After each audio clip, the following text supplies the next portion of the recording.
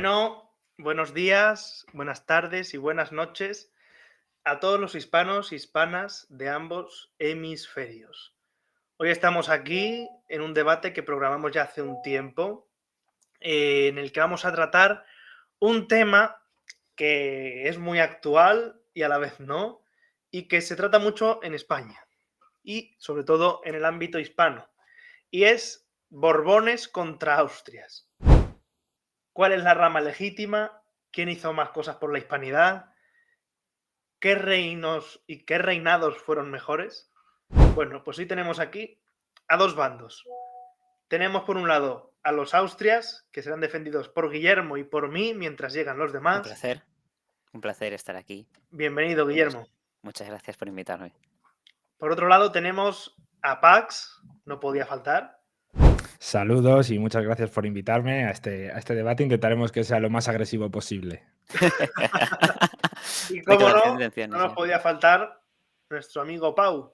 Muy buenas a todos. Gracias por invitarme también. Y como ha dicho Pax, seremos agresivos y yo quiero sangre. Vamos a empezar por aquí. ¿Era viable el modelo de monarquía de los Austrias o fue una utopía insostenible?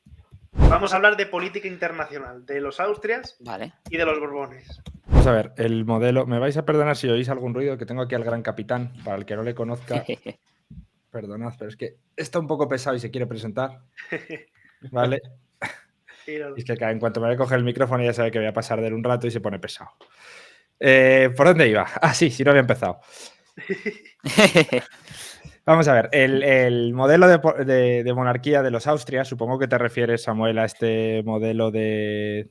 No sé cómo llamar, creo que lo llaman polisinodial o algo así, ¿no? Como que tiene muchas cabezas y tal. Por los virreinatos y demás. Sí, sí, y además me hace mucha gracia porque suelen usarlo como un argumento positivo frente a un supuesto centralismo de los Borbones, que es una de las cosas que creo que puedo debatir aquí hoy, y sobre su modelo extractivista también, ¿no? Bueno, vamos a ver, el sistema Austria funciona durante 200 años, si mal no recuerdo, 200 años, 150, a medida que va avanzando la conquista, digamos que es como más en práctica, pero bueno, que funcione no quiere decir que haya sido mejor que lo que viene posteriormente. Vemos que ellos tienen 2 virreinatos inicialmente, esos 2 virreinatos se mantienen, bueno, sí, o sea, es decir, tienen en un primer momento, digamos, un interés un tanto extractivista, pero bueno, más que el modelo que tienen en América, a mí lo que me llama mucho la atención es esa monarquía, en qué vuelca ese modelo monárquico, en qué vuelca sus esfuerzos, tanto económicos como a nivel humano, como militares. ¿Es en América? ¿Es en una extensión, o sea, es una expansión del imperio en América? No. ¿Es en, digamos, de alguna manera desarrollar la hispanidad más allá en América? No necesariamente. Es verdad que hay mucho interés, pero no es lo que más. ¿En qué es en lo que más invierte la monarquía, la dinastía Austria, la dinastía Habsburgo? Pues evidentemente las guerras en Centro Europa, en las guerras de Flandes. Ahí es donde la monarquía de Habsburgo acaba arrastrando numerosas bancarrotas, acaba generando un montón de enemigos, se le acaba creando una leyenda negra sin la cual, por cierto, hoy no estaríamos teniendo este debate. Y me llama mucho la atención cómo eso parece quedar siempre, bueno, sí, es que los Austrias, los tercios y tal, sí, que a mí me encanta, que yo soy partidario. Yo he venido aquí a defender a los Borbones, pero no voy a tirar mierda a los Austrias. Lo que pasa es que me llama mucho la atención que planteemos ese modelo como idílico, cuando era un modelo muy centrado en el aspecto militar, que por otro lado es otro de los argumentos que se suele usar para hablar desde muchos sectores hispanistas para hablar de pueblos indígenas, ¿no? Que parece que estaban en un estado de guerra constante. ¿Y cómo están los Austrias? Es que los Austrias, yo te diría que la guerra de los 30 años empalma con la guerra anglo-española, que por cierto es una guerra que no tiene nombre, me gustaría que algún día se le ponga un nombre y se le deje de llamar guerra anglo-española, empalma con otra guerra, al final como que hay un constante estado de guerra que contrasta notablemente luego con el periodo borbónico. Bueno, os dejo que continuáis, que tampoco me quiero explayar. Dale tú, Guillermo. A ver. Vamos por partes. A ver, lo primero, sí que es verdad que el modelo Austrias está muy centrado en el ejército, totalmente cierto por tu parte, Pax, pero es verdad que los gastos en Flandes no eran tan astronómicos. Me explico. Los gastos en Flandes eran protagonistas y evidentemente se invertía muchísimo en lo que eran las guerras en Flandes. Pero eso no significa que no se invirtiera en el resto de América. En el resto de América se invirtió mucho durante la conquista en el ejército, principalmente por el estado de guerra constante que tenían muchos pueblos indígenas, como se sabe, creo yo, todos que nos están viendo lo saben y lo sabemos nosotros bien también. Y se priorizaba mucho la expansión porque España quería seguir teniendo esa ventaja, que es otro aspecto criticable, frente a otras naciones europeas como Francia e Inglaterra, que eventualmente también llegarían y se asentarían en el continente. Querían intentar dominar el continente lo antes posible. Pero, con respecto a las guerras en Flandes, esto cabe aclararlo, mucho se habla del gasto económico que suponían, porque es verdad que lo suponían, el gasto económico, el gasto humanístico, etcétera, etcétera, pero eso no significa que los austrias se centraran exclusivamente en Flandes. O sea, en la península, aunque no se suele hablar mucho, tuvo un cierto desarrollo entre los austrias, especialmente durante el reinado de Carlos II, cosa que no se habla nunca y habría que empezar a dar un poco más de protagonismo a Carlos II. Pero bueno, supongo que eso se hablará más tarde en el debate, no lo sé. Los austrias, ahí donde se les ve, era necesario que tuvieran una política muy centrada en el ejército. ¿Por qué? Porque los austrias eran, y además también tenemos que tener en cuenta que estaban en Centro Europa también, Carlos I aquí también tiene una importancia protagonista en este aspecto, estaban en un constante estado de guerra porque prácticamente se lo tenían impuesto a naciones exteriores. La mayoría de guerras en las que se metió la Casa de Austria, quitando probablemente las de religión, no fueron precisamente por voluntad propia de declarar guerra a naciones. Fueron porque las naciones de los austrias fueron atacadas por factores exteriores, principalmente Francia e Inglaterra, más tarde los protestantes, intentando quitarles su hegemonía y su poder. Entonces, claro, teniendo que mantener una hegemonía como la que tenían que mantener los Habsburgo en Centro Europa y en general en el mundo, sobre todo con España en América y demás, era necesario tener un gasto constante y bastante amplio y bastante contundente en el ejército. ¿Llegó a bancarrotas? Hubo bancarrotas. Evidentemente hubo bancarrotas, pero no olvidemos que estas bancarrotas no fueron precisamente dejadas por los austrias. Los austrias intentaron arreglarlas. Felipe III intentó arreglarlas y paró la guerra en los Países Bajos unos cuantos años con una paz que verdaderamente tiene mucho mérito. Porque no era fácil, no se desprestigió a España de ninguna manera con esa paz, cosa que era complicado. Y luego Felipe IV intentaría introducir una reforma muy revolucionaria, que tampoco se habla, que es la existencia o la creación del primer banco central del mundo, como las reformas que veríamos por parte en el siglo XIX de algunos sectores liberales para a la hora de acuñar diferentes monedas, como la peseta. Y se intentaba introducir ya con Felipe IV. Ahora bien, no se introdujo, cierto, pero el propio Carlos II, que esto tampoco se habla, pero también es importante de recalcarlo, arregló todas estas bancarrotas. De hecho, lo único que Carlos II no pudo arreglar, y precisamente por falta de tiempo, fue hacer una reforma naval de la cual se ocuparía Felipe V prácticamente al llegar al poder. Vale. Ahora voy a añadir yo algo, pero primero que todo querría pasar a nuestro crítico de hoy, que va a estar aquí para criticar a ambos lados del tablero. Él va a ser el que equilibre sobre todo la balanza. Jaime no puede faltar en nuestros debates. Bienvenido, Jaime. ¿Qué tal? ¿Cómo estamos? Bien, bien. Muy bien. Encantado de tenerte aquí. Bueno, yo quiero añadir algo a lo que ha dicho Guillermo, porque yo voy a hacer parte de los Austrias, porque nos ha faltado Alberto, a ver si ahora nos llega. Y entonces yo quería decir, vale, hemos hablado del modelo de la monarquía de los Austrias y de por qué era en parte mejor que la borbónica. Para mí no. Lo voy a explicar así. El modelo de la monarquía universal que tenían los Austrias, monarquía universal porque no estaba centralizada, sino que tenía varias cabezas, como ha dicho antes Diego, era viable porque España no era un solo reino. O sea, en parte era un reino, pero que se comportaba como un imperio, que tenía varias lenguas, varias culturas, entonces tenía que tener diferentes representantes, diferentes cabezas. Entonces, todos estaban unidos bajo una misma corona. ¿Qué pasa? Este sistema respetaba la diversidad y evitaba un centralismo extremo como el que después traerían los Borbones con sus políticas.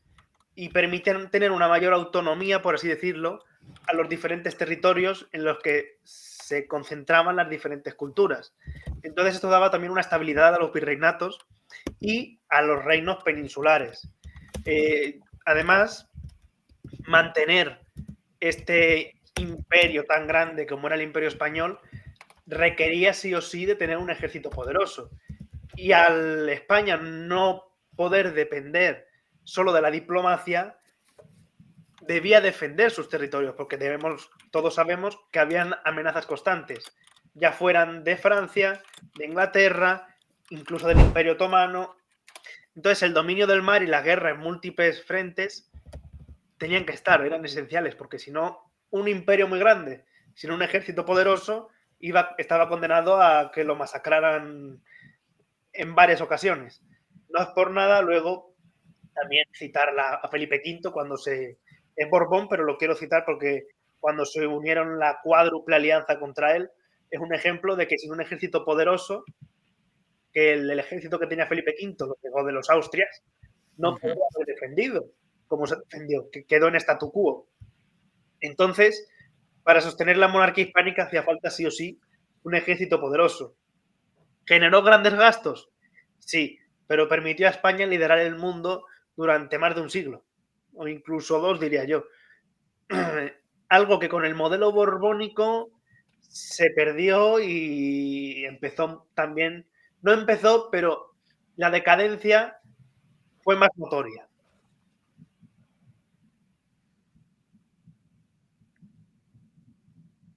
He dicho. ¿Qué has cerrado? A ver, yo es que en este barbate iba a decir yo. En este debate yo estoy muy cómodo. ¿Por qué? Porque yo he dicho siempre, y sé que es políticamente incorrecto, yo soy profundamente monárquico. Siempre lo digo. Entonces, claro, en una corriente, en una moda en la que ser republicano está bien y ser monárquico, pero tú cómo defiendes una institución tan poco democrática, tan antigua, tan polvorienta como es la monarquía. Digo, bueno, es que todos los regímenes tienen su defecto, todo. Entonces yo, obviamente, a grandes rasgos, y para no meterme mucho en el tema todavía, porque yo no tengo los conocimientos suficientes para decirte qué rey mejor, qué rey peor, porque bueno, yo creo que al final todo, hombre, tengo mis preferidos, como es normal. Yo creo que ambas dinastías tuvieron cosas buenas y cosas malas, ¿no? Claro. ¿Cuál es Claro. lo que yo creo que en el ámbito de los Borbones puede ser lo más censurable? Obviamente su legado francés.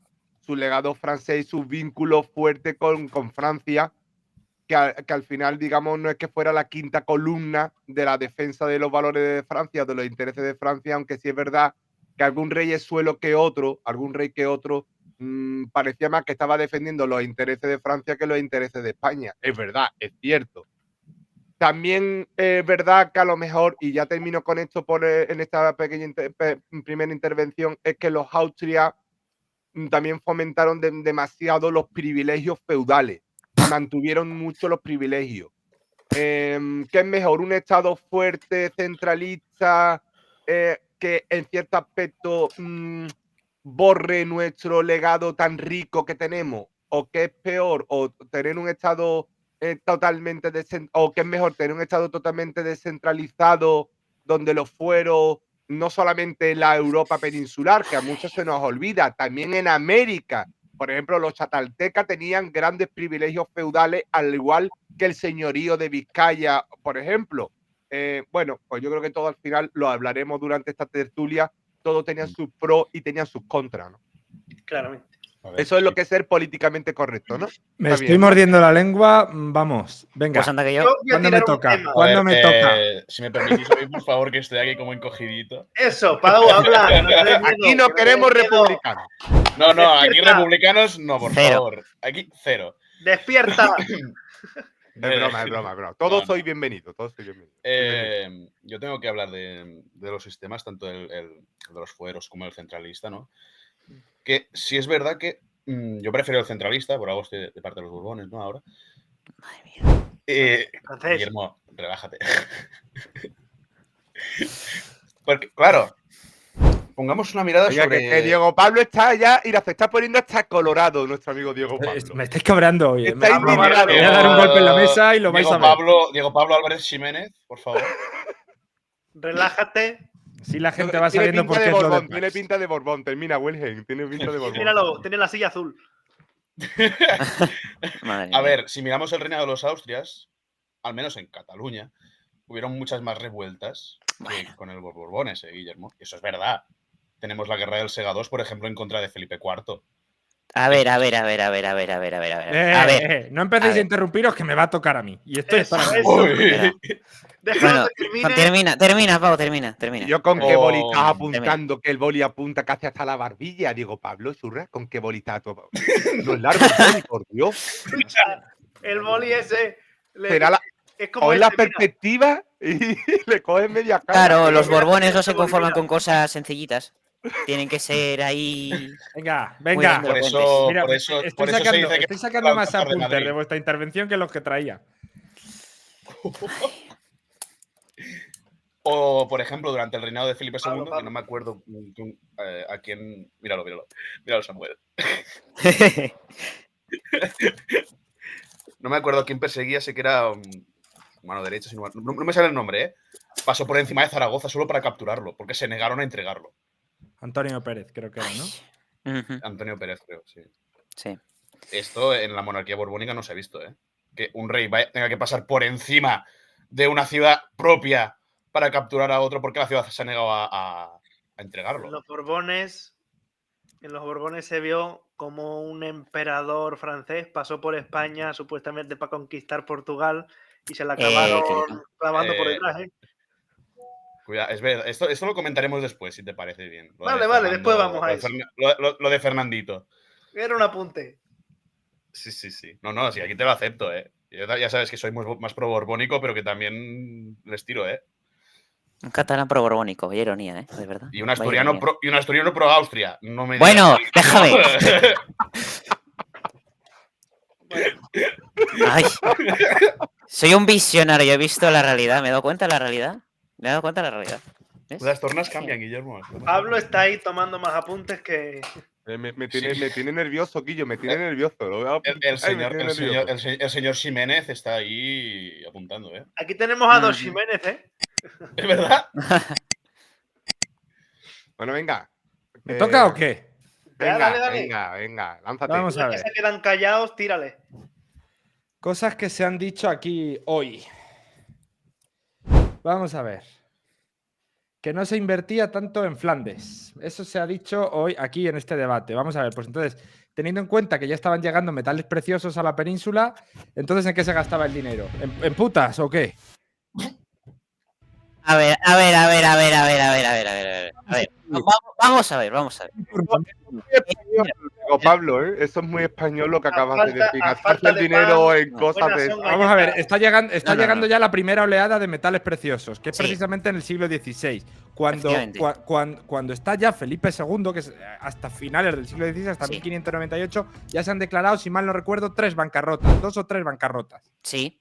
Entonces, si no se está gastando el dinero en Flandes, o bueno, te puedo comprar si quieres defenderte, que digas que es en la lucha contra el turco, que era realmente Eso la es. potencia gorda que había en ese momento. Pero en Flandes se va lo que no está escrito. Una pica en Flandes, poner un lancero en Flandes era algo carísimo, ¿no? Aparte de que el final de los tercios, las derrotas de los tercios se dan a partir de Rocroi, que es la primera que se da, aunque luego se dan algunas victorias, se dan por ahí. Y una de las cosas que hay es que precisamente era un ejército que casi no se le pagaba. O sea, es decir, muchas veces luchaban casi por el botín de guerra que hacían después, ¿no? No sé si habéis puesto algo, que se está oyendo alguna música de fondo y me estoy distrayendo. Espera. No, si es cosa vuestra, dejadla, no pasa nada. Era por si os estaba colando algo sin querer. No, dejadla. Luego, vamos a continuar. Habéis hablado de que los austrias tenían mucha guerra porque estaban presionados, ¿no? O algo así, por el resto de potencias. Entonces, Estaban claro, amenazados. no les quedaba más remedio que hacer la guerra. Pero vamos a ver, ¿qué os queréis? ¿Que a la España borbónica no estaba Inglaterra tocándole los cojones cada 2 por 3? Si el único aliado que tenía era Francia y después de la Revolución Francesa sale Napoleón e invade la península. O sea, tenéis enemigos de la España borbónica, tenéis un montón. Y sin embargo, los borbones llevan una política pacifista hasta límites insospechados, aún teniendo potencias que le están todo el día tocando las narices. ¿Vale? Eso también es una cosa interesante. Sobre todo lo de Napoleón, porque es que Francia era la principal aliada de España. Hasta que que da la Revolución Francesa y entonces pues ya interesan otras cosas, ya no es tanto el apego a la monarquía. Habéis hablado también del centralismo de los Borbones. Tócate las narices. El centralismo de los Borbones es probablemente uno de los... O sea, y vosotros os hacéis llamar hispanistas. Estáis fomentando la leyenda negra a tutiplén. Porque mira, la crítica a los Borbones es lo que hace que desde sectores leyendanegristas se justifiquen las independencias porque, según ellos, pues eran muy centralistas, eran más esclavistas, ellos sí tenían América como una colonia y demás. Y sobre todo el argumento del centralismo lo puedo desmentir rápido porque precisamente es Carlos IV, creo que con Carlos III alguna iniciativa, pero con Carlos IV, que quizá no era el rey más brillante de su tiempo, pero hizo muchas cosas buenas también, y una de ellas es que esa propuesta de Commonwealth hispana, que es precisamente lo que defendemos la mayoría de los hispanistas, porque yo creo que los hispanistas por lo general, yo creo que no me encontré ninguno que hablando en serio, otra cosa es que, bueno, en un tono de broma y tal, pero que hablando en serio, está a día de hoy quiera que se dé un gobierno con un gobierno único de todos los países de habla hispana, con un presidente que gobierna todo ese territorio inmenso. No, lo que se habla es de uniones, como puede ser la Unión Europea, alianzas, como puede ser la Commonwealth, ese tipo de cosas. Bueno, pues esta iniciativa de la Commonwealth hispana, que yo creo que es una idea hispana que copian los ingleses y le ponen el nombre de Commonwealth, el nombre más correcto sería una mancomunidad de reinos hispanos, de países hispanos o de naciones de habla hispana. Esto es iniciativa de Carlos IV. Entonces yo os pregunto, ¿dónde está ahí el centralismo? Es verdad que no se pudo llevar a cabo, pero si se están dando esas propuestas en época borbónica... Diego Pablo, perdona, espera, que te has abalanzado tú. Hombre. ¿Quién hace los decretos de nueva planta, pisita mía? ¿Y qué me quiere decir que los decretos de nueva planta? Los decretos de nueva planta, una de las cosas que hace es quitarle realmente los fueros internos y la legislación a los reinos de Valencia y de Aragón. Pero estamos hablando del centralismo con respecto a América. ¿Aquí es lo que se está hablando? No, pero No, estamos hablando del yo te hablo de la centralismo general. política. Yo te hablo en general. No me hables solo de a mí. Me cambiáis. Claro. Aquí me... Tú coges No te cambiamos nada. No te cambiamos nada. Estáis hablando de América y me cambiáis. No, pero es que tienes que lo que verlo. he dicho antes. Todos unidos bajo una misma corona, tanto peninsular como América. Hombre, claro, es Tenían que no se diferentes puede decir, cabezas, pero esta estaban parte no me unidos interesa, bajo una esta misma parte no la corona. toco. Acabo, chicos, acabo que es mi turno. Acabo, ¿vale? Austrias. Se ha hablado aquí también del origen francés de los Borbones. Más rigor, Diego Pablo, por favor, más rigor. ¡Rigorízate! El señor de reunificacionistas, el hombre más querido de todo YouTube, el ya conocido y siempre bienvenido, y los demás apelativos que le hemos ido poniendo los que le conocemos, ha hecho una crítica porque los Borbones como que no se les puede perdonar que sean de origen francés. Yo te pregunto, Jaime, ¿los Austrias que eran de Albacete? No, que yo no estoy ¿De qué diciendo. parte, ¿de qué parte de Albacete? Si tú Porque me escucharas bien, a lo mejor se nos ha olvidado las revueltas que se ocasionan contra Carlos V por considerarlo extranjero. Cuando llega Carlos I de España, V de Alemania, las revueltas que hay en su contra. Precisamente los austrianos es que vinieran de Albacete, pero seguramente amaban más Albacete que algunos Borbones, también te lo digo. Vale, hay algunos que incluso. Ejemplo, Felipe, hombre, vamos a ver. No, pero si tú me escuchas bien, al principio, Felipe V, Diego Pablo, yo empiezo diciendo que para mí ninguno es demonio ni ninguno es santo, que todos tienen lo suyo. Y que a grandes trazos, para mí la línea borbónica, obviamente es más centralista que la línea de los Austrias, para mí sin ningún lugar a duda. Otra cosa es que haya política concreta de reyes políticos, de reyes concretos que vayan en una dirección contraria. Pero obviamente, la tergiversación, y aquí tenemos a un catalán insigne, de la historia se hace con la entrada de los Borbones en Cataluña, aunque es totalmente falso. Podríamos dedicar un episodio solamente a la manipulación borbónica que existe en Cataluña. Eso sería para hablar de un tema. Pero que a grandes trazos yo sí creo que los Borbones eran más centralistas y los Austrias eran más federalistas, si tú me lo permites. Ahora, ¿eso quiere decir que todos los Austrias eran centralistas federalistas y todos los Borbones eran 100% centralistas? No, claro que no. Pero oye, lo que tú dices, se puede diferenciar incluso la etapa americana, la etapa africana. Y perdona, y te voy a hacer una corrección a lo que te he dicho antes, Diego Pablo. No todo se iba a Flandes. España era una potencia en aquella época en el Mediterráneo. Eso es. Donde vive nuestro amigo Samuel, estaba también bajo, Eso bajo la corona también. Ahí se gastaba un ingente pastizal. Los berberiscos iban dando por culo por todo el parte del Mediterráneo. Túnez incluso tenía una fuerte presencia genovesa, que eso tampoco se habla de la presencia, digamos, hispana cristiana del norte de América, de África. El Rif, que hablamos del Rif, que habla ahora Mohamed de recuperar al andaluz. Perdone, hablemos del Rif español. O sea, que no lo vayamos a resumir todo. Orán, Mazalquivir. Vamos a hablar también de los territorios que hasta 1700 y poco tiene España en el norte de África. O sea, que España tenía gastos a tutiplén. Bueno, y no hablemos también de los sofocos que tenía también con la Santa Sede, con lo que aquella parte era también un reino, bueno, con muchísimas y con Portugal y Gran Bretaña. El espionaje que tenía España, por ejemplo, en la corte británica, o bueno, en aquella época inglesa todavía. O sea, que hay muchos gastos, ¿eh? Bueno, Yo cuando me quiero toca. añadir una cosa. No, cuando te toca no, me tocará a mí, digo yo. ¡Encima! Pero si no me ha dejado acabar. ¿Cómo que lo he dejado? No, No me ha encima. dejado acabar, me ha interrumpido. Yo no No, he le he pedido dejado empezar. yo, no le he dejado yo. Espérate, Willy, Termina, es verdad. que luego va Guillermo y luego voy yo. Diego Por Pablo, favor, termine usted, por por favor. Perdón. Termine usted, caballero. Termino algo muy rápido.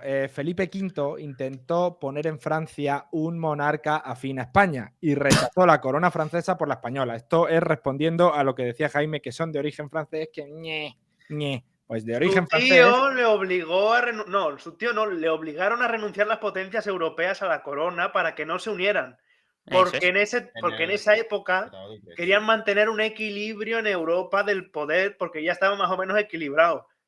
Si Francia no acordaba separar las coronas de Francia y España, quedaba viva la posibilidad de después unirlas y que se desequilibrara otra vez el poder en Europa. Perdona, y un apunte muy rápido. Para muchos ¿Es analistas, normal que en un debate el moderador tome partido? Lo digo porque entonces sois 4 contra mí. No, ahora voy a estar a favor tuya, ya lo verás. Pero hay muchos analistas que dicen que el declive del Imperio Español empieza con la llegada de Felipe V, cuando se hace, entre otros, el Tratado de Utrecht y toda la sección que hay para el comercio, el monopolio de nuestro comercio hispano se pierde. Y bueno, no voy a entrar en ese derrotero porque eso también sería para... Pero digo, Pablo, termine usted, por favor. Termine usted.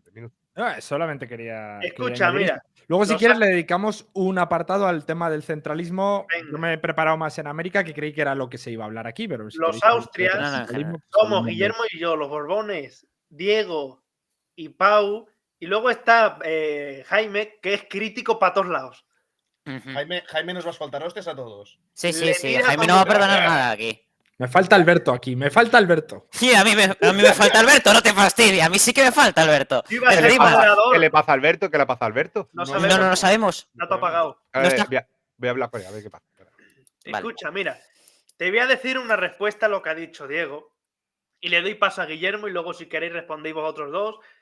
Pau, que está muy callado, que le dan miedo hablar.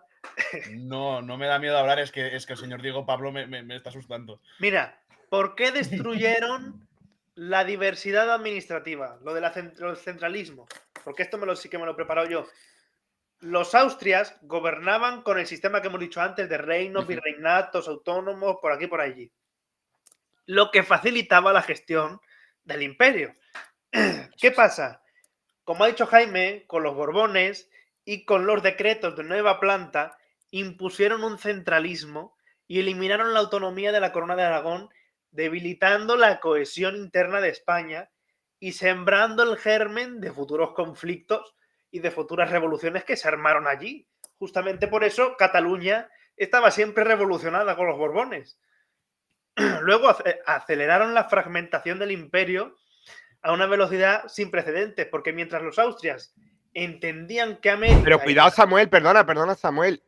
Ten cuidado porque hay una historia, y está Pau, de que dicen que los catalanes eran antiborbónicos, y eso yo no estoy de acuerdo, ¿eh? Porque no, pero digo que ojo, en Cataluña habían muchas revoluciones. había mucho Borbón en Francia, ¿eh? Cuidado. Sí, pero lo que yo quiero decir es que allí es sobre todo donde se concentra los antiborbones. Sobre todo, y por la eliminación también de la corona y de aquí por allí. ¿Qué pasa? Lo que decía, se aceleró la fragmentación porque mientras los austrias comprendían América y los demás territorios y formaban parte de un imperio policéntrico, diferentes cabezas, como hemos dicho. Por ejemplo, una mano, los Austrias y los Borbones. ¿Qué pasa? Los Borbones vinieron a América, no te voy a decir como una colonia, pero tampoco como un virreinato. Un punto medio, no era que los explotaban, pero no era igual que con los Austrias, sino que fue disminuyendo el trato. Aumentaron impuestos, limitaron el comercio interno, provocaron mucho descontento en diversas zonas de América, y esto llevó a que en cuanto hubo una crisis en la península, las élites criollas se rebelaron, que sí, que intervinieron países por aquí y por allí, logias extrañas, pero es algo que con los Austrias no sucedió, sino que tenían más participación. El moderador se va a ir calentito a casa hoy. Y luego la abandonación de la hegemonía mundial, que bajo los Austrias España era la potencia más temida y respetada del mundo, y con los Borbones España pasó a ser un mero satélite de Francia. Con los primeros Borbones, no te digo con todos, con los primeros era un satélite de Francia. Siguiendo las órdenes de Versalles, participando en guerras que no les beneficiaban para nada, perdimos Gibraltar por una decisión y por una guerra que también... Vale, sí, botín de guerra, te lo compro. Perdimos influencia en Europa y finalmente se perdió América. No sé si Guillermo quiere añadir algo. Sí. Yo quiero hacer varios apuntes. Añade. A ver, lo primero, lo que quiero citar que me ha parecido, vamos, o sea, me ha parecido, vamos, casi salto a la silla. Tema Cataluña, con los Borbones y con los Austrias. Vamos a ver, estamos hablando de que Cataluña, con los Borbones, tuvo revoluciones que se tuvieron que suprimir, sobre todo en el siglo XIX, a base de bombardeos, ¿vale? Con Espartero, sobre todo, destaca bastante. Ahí. Estamos hablando de que Cataluña tuvo un fuerte independentismo que iniciaría con los Borbones, porque, ojo, las revueltas que hubo en Cataluña, como los segadors que mencionaste antes, o las revueltas en general que, por cierto, todas las revoluciones que pasaron en 1640 en la península estaban fomentadas por Francia, porque cuando se hizo la Unión de Armas, en sí no hubo ni un solo sitio que se revolucionara. ¿Qué pasó?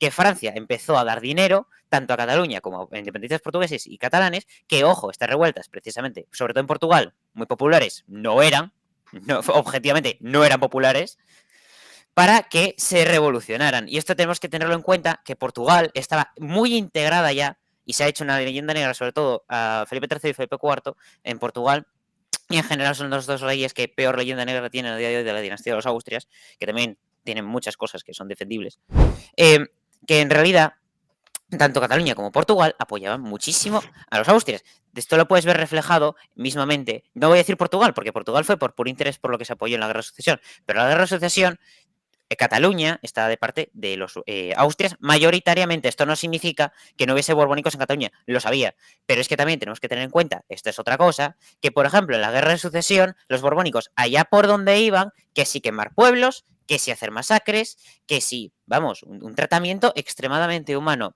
Por cierto, influencia francesa. El hecho de que se niegue la influencia francesa me parece la cosa más estúpida que se puede hacer. ¿Por qué? Por un simple hecho muy sencillo.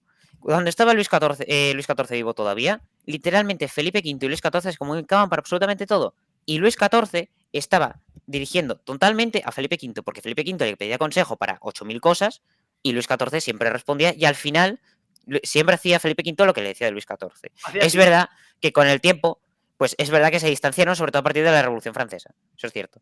Pero no significa que no fuera existente. Y el centralismo borbónico está ahí. Que Felipe V quería hacer una reforma que, gracias al cielo, no se ejecutó, para convertir al principio, cuando comenzó a reinar, para adaptar el reinado francés, el modelo francés, aquí en cuanto al tema de virreinatos, es decir, convertirlos en colonias. Cosa que no se hizo, pero sí que vino muy mal los virreinatos porque se debilitaron considerablemente al reducirse. Porque efectivamente creo que es bastante lógico que es mejor gestionar 2 virreinatos y la propia autogestión de esos virreinatos que gestionar 8, 4 capitanías generales y luego intentar gestionar también, que esto también hubo su polémica, tiempos de Isabel II, más o menos, no, antes de Isabel II, perdón, en Filipinas, que se quería mayor autonomía, y no se dio esa mayor autonomía, que es parte de este centralismo borbónico también, y debido a esta autonomía no garantizada, hubo todos estos movimientos independentistas que al final llevaron a que Estados Unidos llegara a Filipinas, apoyado por las revueltas de los filipinos, que al final también Estados Unidos se cargó, porque hubo un conflicto ahí. Luego, ya para acabar, porque tampoco quiero estar aquí hablando 10 minutos, pero podría perfectamente.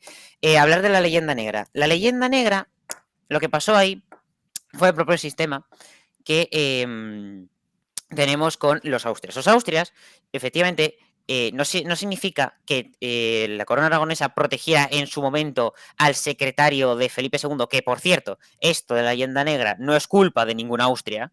Esto fue que este señor se benefició de una situación que había habido con uno de los hijos de Felipe II que se había vuelto loco, que era Carlos, ¿vale? Por los que no lo sabéis. O sea, llegó a tal punto de estar loco, de hacerle comer unos zapatos que no le gustaron al que se los hizo. A este punto estamos hablando de locura, ¿vale? Que se le terminó encerrando. Felipe II no le mató, le encerró, le desheredó. Y este señor lo que hizo fue irse corriendo porque este señor, entre otros, había planeado un golpe de estado de Felipe II para matarlo y apoyar la llegada de su hijo al trono. Y este señor se va, se intenta ir, y lo único que hace, en realidad, es apoyarse en los intereses que había en Aragón o los contactos que tenía en Aragón para luego coger e irse, porque es que no se quedó en Aragón tan tranquilamente, se fue a los Países Bajos, a Holanda, quiero recordar, y desde allí empezó a escribir un montón de novelas falsas diciendo que Felipe II era, vamos, todo lo malo que podía haber. Y de ahí se extendió la leyenda negra, que por cierto se interiorizó con los Borbones, porque hubo una leyenda negra hacia todos los austrias preexistentes hasta que llegó Felipe V para atrás, para intentar legitimar el gobierno de Felipe V. Porque bueno, que se llame legítimo Felipe V es francamente muy discutible, considerando todo lo que había en la corte por aquella época. Vaya, Pero bueno, solo digo, solo digo. un apunte, solo digo. Un apunte, media hora de debate. Felipe V con su tío. Oye, tío, ¿me No. meto a la guerra o no me meto? ¿Con su tío? No, con su abuelo. Con su abuelo. ¿Era su abuelo o era su tío? Luis XIV era su abuelo. Era su abuelo, yo tengo en mente que era su tío. No. Era su ¿Cuándo me abuelo. Bueno, lo que sea. Ahora, Pax, lo quieras. Diego Pablo, lo quieras. ¿Él o tú? ¿Quién quiere tirar el veneno primero?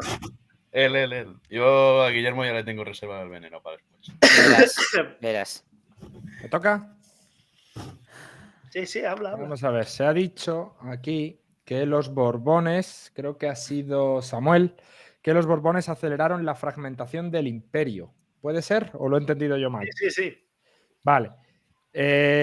Vamos a ver, con los Borbones se da precisamente el progreso económico en la Nueva Granada, el progreso económico fuerte que se da en Nueva Granada y en el Río de la Plata, que eran pobres en época de los Austrias, se da con los Borbones. En el siglo XVIII, Buenos Aires consigue el alumbrado público en el año 1774, que esto me parece que es con el virrey Salcedo. Si alguno está por ahí en el chat y lo puede confirmar.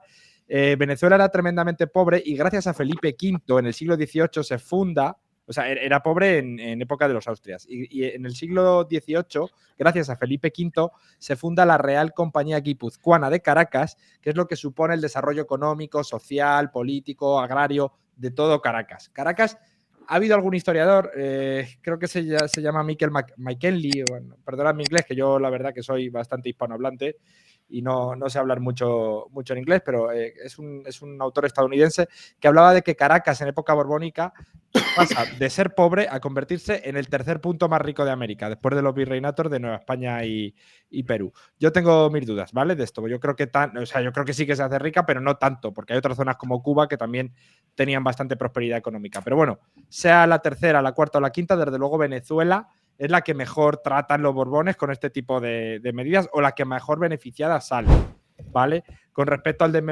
desmembramiento de estos territorios que dices tú que se desquebraja el imperio, son los Borbones los que parten los virreinatos y pasan de 2 a 4.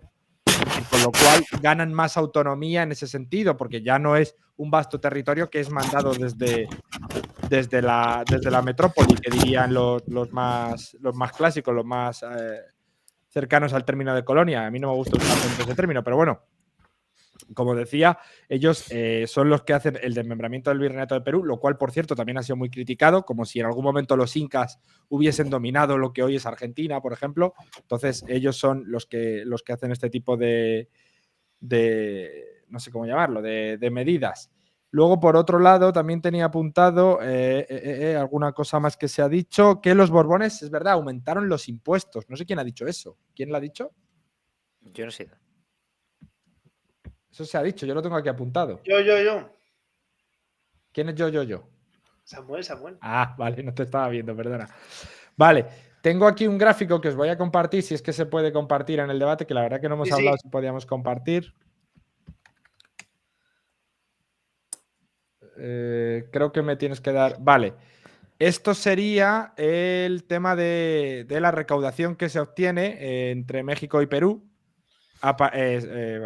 Vamos, lo tenéis aquí, el que sepa más inglés que yo, pero bueno, hace la media de 10 años, ¿vale? Por eso va... Es decir, porque como no va poniendo de 10 años en 10 años, pues te lo va poniendo por puntos. Fijaos cómo disminuye la presión fiscal a partir... Es verdad que es un poquito antes de los Borbones, pero cómo se mantiene. Con lo cual, desde luego, subir, pues no sé, pero en el caso de Perú, fíjate que casi tiende a cero. Esto es una cosa que debato a veces con Brigada, porque me parece raro que baje tanto la extracción de impuestos. Pero bueno, sea como fuere, desde luego no hay un aumento espectacular. Y alguno me puede decir, bueno, ya, pero es que mira en el caso de México o Nueva España, cómo sube. Ya, pero es que mira cómo estaba antes de 1650. Que sí, que con los austrias también baja, pero con los austrias también estuvo muy alto. Y con los Borbones, en el caso de Perú, que ya estaba bastante bajo, todavía baja más. No sé si queréis, por no caer en la falacia de autoridad, no voy a decir que debatáis con Van Zanden. Debatís conmigo, pero no sé cómo me explicáis esto entonces. Y esto es una cosa que si me la explicáis, os estaría agradecido, porque a mí también me parece raro que se consigan tan pocos impuestos, ¿no? Pero no lo dejemos ahí.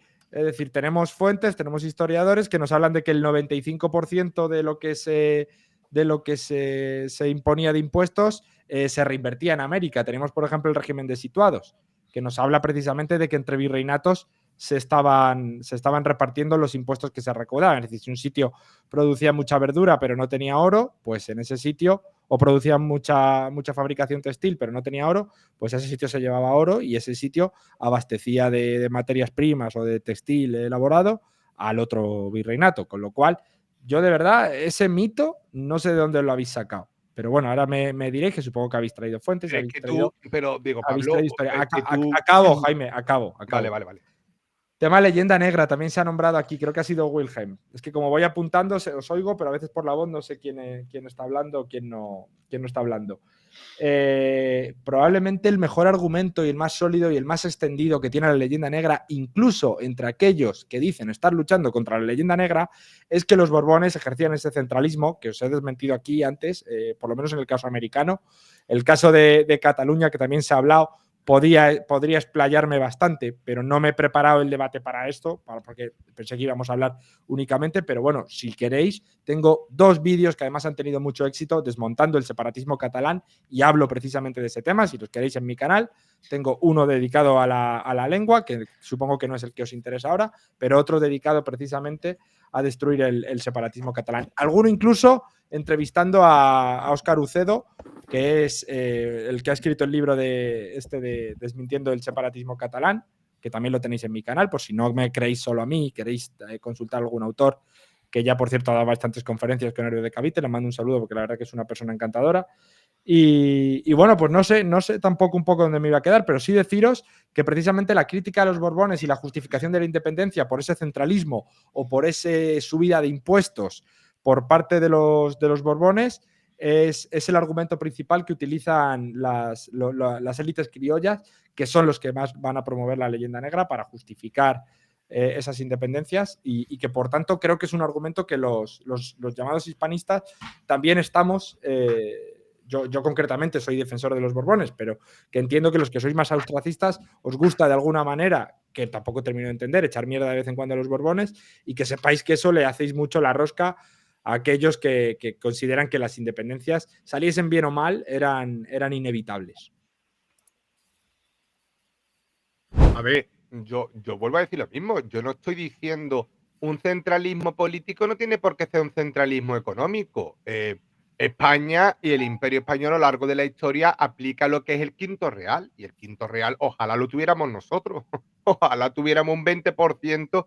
E incluso en aquellos fueros, en aquellos, como tú puedes decir, hablando tú ahora de América, del reino de los Chataltecas, podía llegar a un 10%, era un décimo real, no un quinto real. O sea, incluso podía bajar a un 10%. Y había exenciones fiscales en muchos aspectos.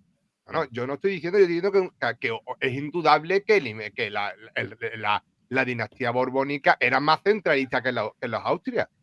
Eso es indudable.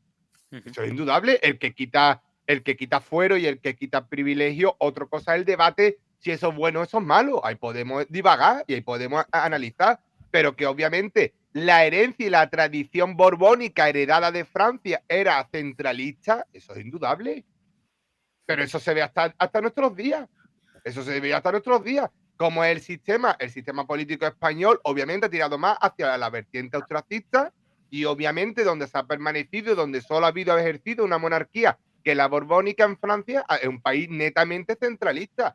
¿Es bueno o es malo? Eso podemos debatir. Yo no estoy diciendo que para mí sea buena una política netamente centralista.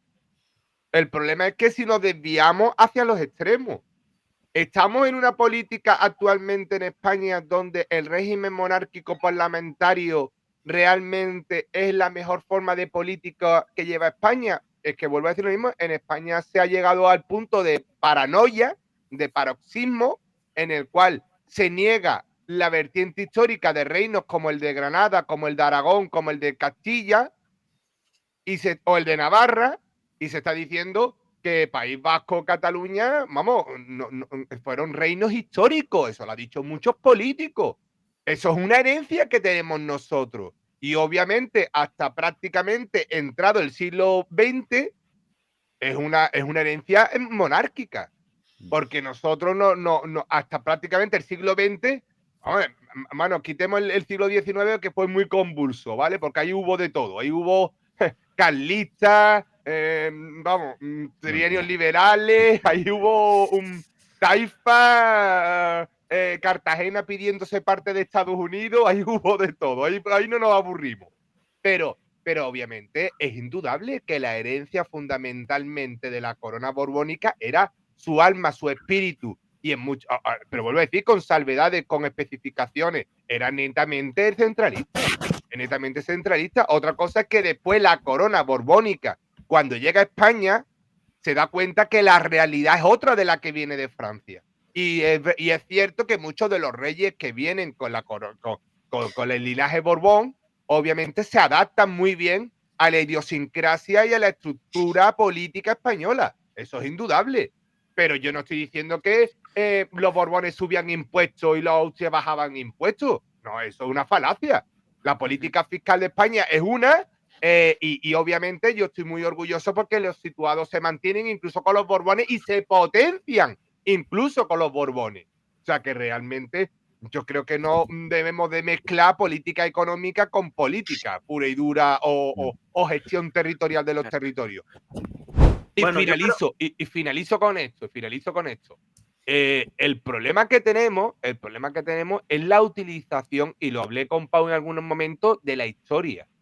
Y el problema, y no me voy a salir de los derroteros, pero obviamente también los Borbones son los que producen ese gran encendido de la mecha, que como tú bien dices, no es independencia de América, porque no hubo previamente un país que se llamara Bolivia, ni Venezuela, bueno, Perú sí, ni Honduras, ni El Salvador, pero sí es verdad que hay un hecho histórico que también produce, creo que fue Carlos V, si no me equivoco, que es la expulsión de la compañía de los jesuitas. Ahí donde se produce la gran fractura. Y eso lo dicen muchos historiadores, incluso con lo que pasó en Paraguay. Para los paraguayos, y fundamentalmente para los paraguayos, pero también para muchos colectivos de Uruguay, lo que actualmente Uruguay, la expulsión de los jesuitas es la puñalada trapera que le pega a España, a la monarquía española, a los territorios americanos. No podemos obviar eso. No es cuestión de grandes números como tú has traído y decir que la economía iba mejor con uno o con otro. es que también era una cuestión ideológica y de afinidad incluso religiosa. Hoy en día desechamos la religión, en aquellos momentos el aspecto del conservadurismo y de la fe católica era trascendental incluso para la cohesión de los territorios. Y el hecho de la expulsión de los jesuitas en 1700 y algo, ahora os recuperaré el dato, bajo la dinastía borbónica, es nefasta para el devenir y el futuro de los virreinatos. Yo quiero añadir una cosa respecto a lo que ha preguntado Diego, de que por qué he dicho lo de los impuestos. Bueno, primero, el endeudamiento de la guerra de sucesión española. Cuando Felipe Perdón, Carlos III, el que hizo la expulsión, que me faltaba el dato. Carlos III. Cuando Felipe V llegó al trono, encontró una España devastada y en crisis económica. ¿Qué hicieron? Impuestos. Claro, que sí, que una guerra por aquí por allí. Fundieron a impuestos, se aumentaron los impuestos y se crearon nuevos impuestos. Luego, la reforma fiscal de Carlos III, el aumento del alcabala, impuestos sobre ventas, del 2 al 4% y luego llegó hasta el 6%. Creación del estanco del tabaco, monopolio estatal. Implementación del tributo indígena, aumentando la carga fiscal sobre los indígenas. Reformas aduaneras. Reglamento del libre comercio de 1778, que beneficiaba a mercantes peninsulares frente a americanos. En España, creación del catastro de Ensenada de 1749 para recaudar más. Nuevos impuestos sobre la sal y el tabaco. Y los monopolios estatales sobre los sectores clave, elevando los precios para una mayor recaudación. Yo sí puedo intervenir un poquitito así. Interviene, así que te veo muy callado. Tienes Tienes miedo. Mira al Jaime. Mira, Jaime. Cuidado que Me te va a vienen comer. los tamagotchis a hacerte memes, ¿eh? Me va a comer el Jaime. A ver, no sé quién ha dicho. Pablo, cómo se guarda que... las notas. Sí, está ahí apuntando. Mira cómo se mira las notas. Diego Pablo, te has quedado muy calladito. Es que yo, al contrario que vosotros, respeto el turno de palabra. Primero nos llaman promotores de la leyenda La negra. leyenda negra. Y ahora dice que interpuso un turno de palabra, ¿no? Sí. Madre mía. Flipa, ¿eh? Flipa. Madre mía.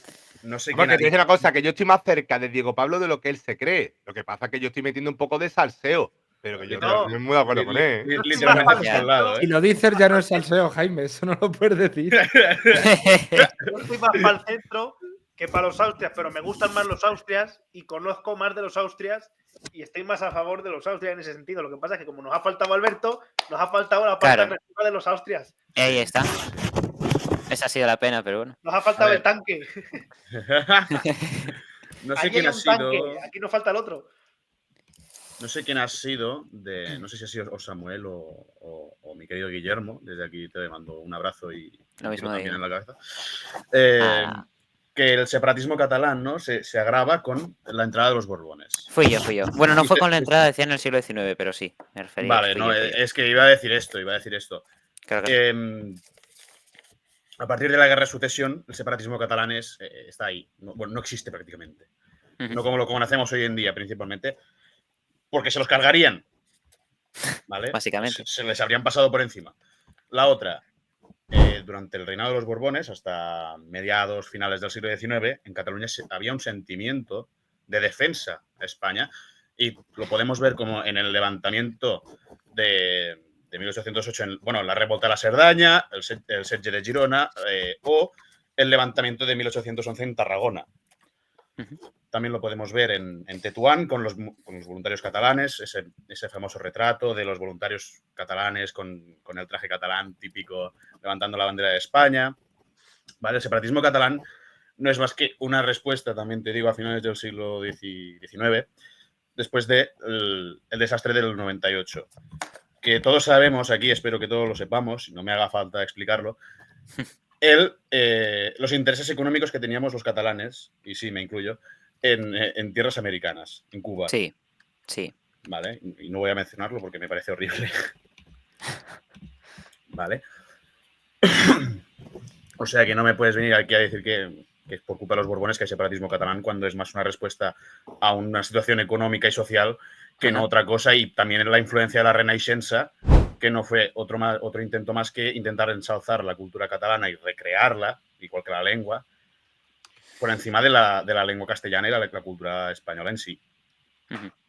Vale, yo te quería hacer este apunte, no te he soltado veneno, si tuviera que... No, tranquilo, suéltame el veneno que quieras. Es que si te quieres soltar veneno te digo 1714 y me largo del directo. También vale. Vale. Y era eso, simplemente. Sí, Dame entiendo. un segundo que te coloco. A ver. Guillermo, Dime.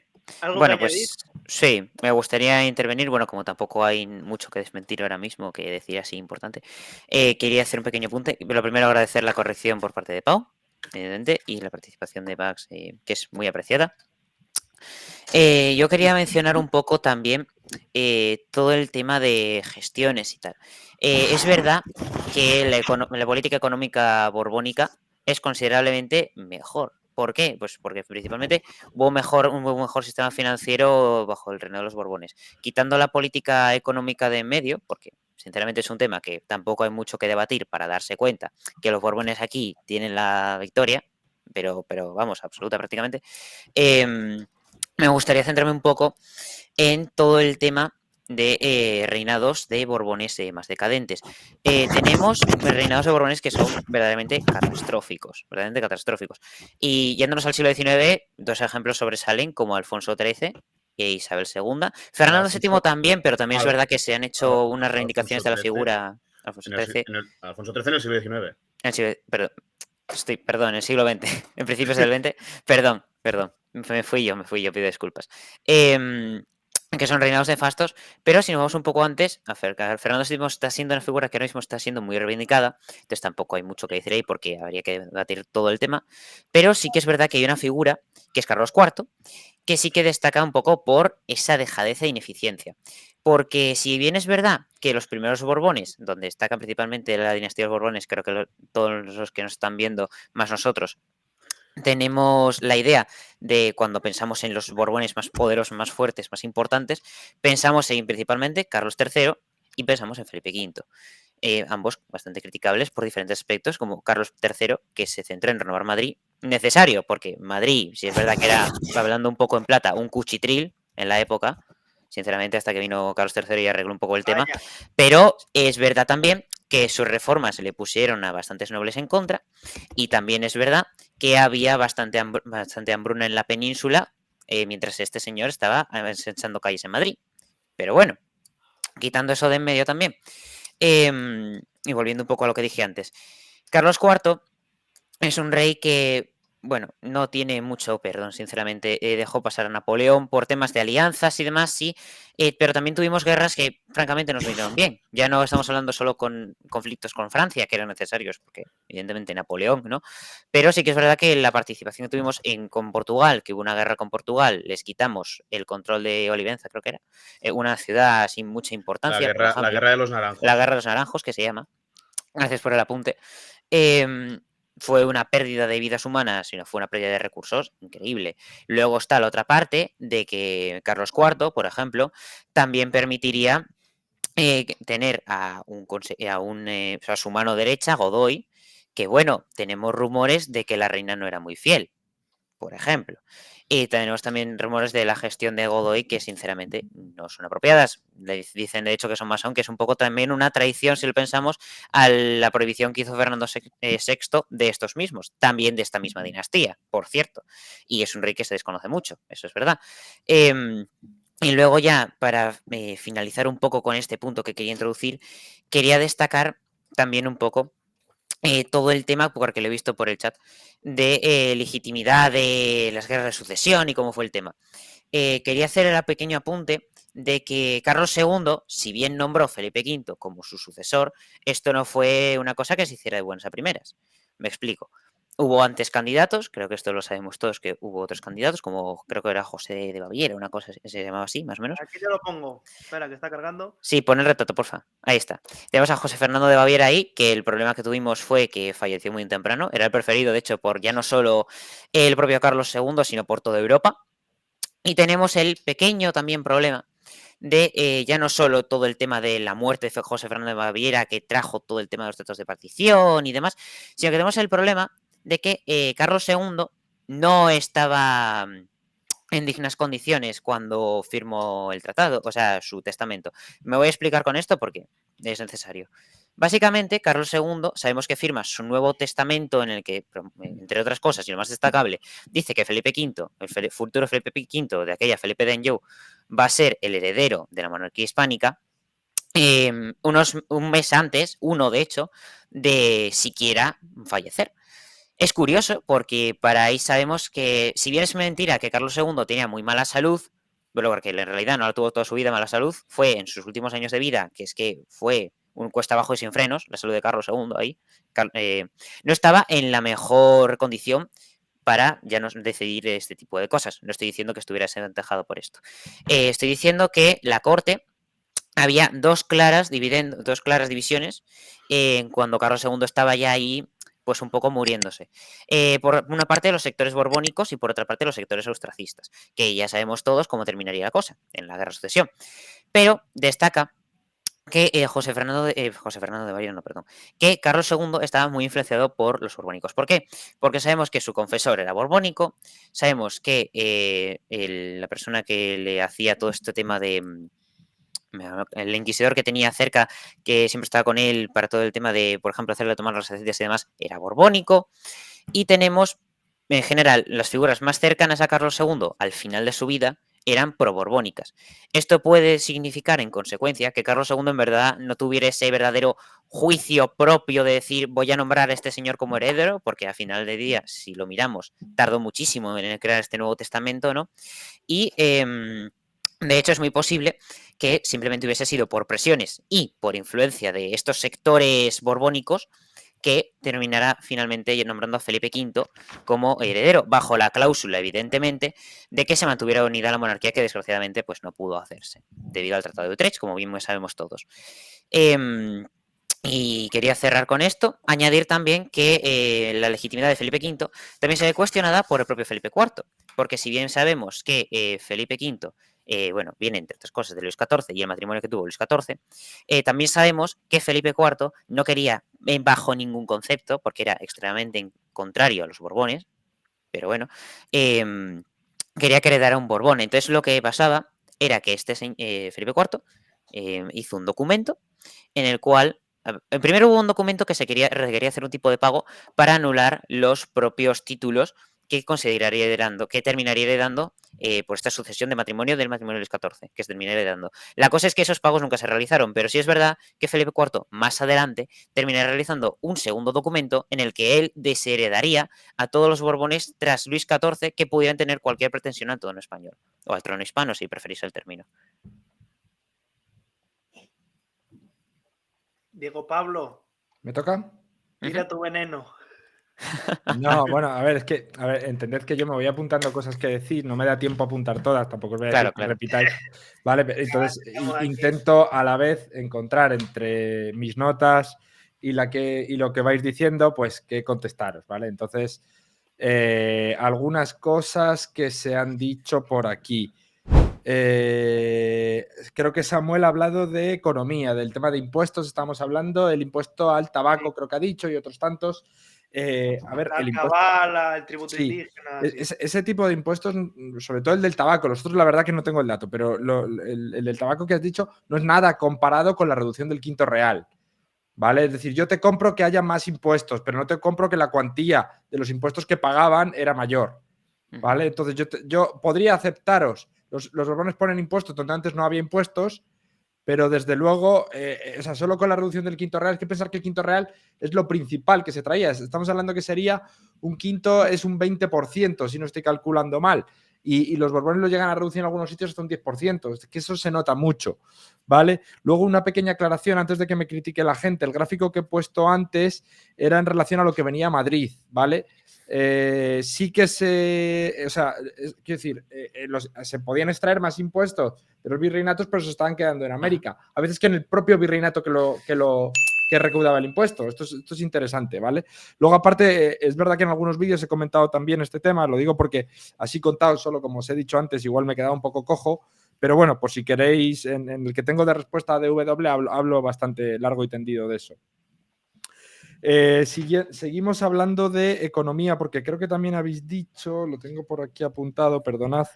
En el siglo XVIII tenemos una fuente que es Humboldt, que yo creo que además lo usamos mucho desde sectores hispanistas, o sea, es decir, no es una fuente que tendamos a despreciar.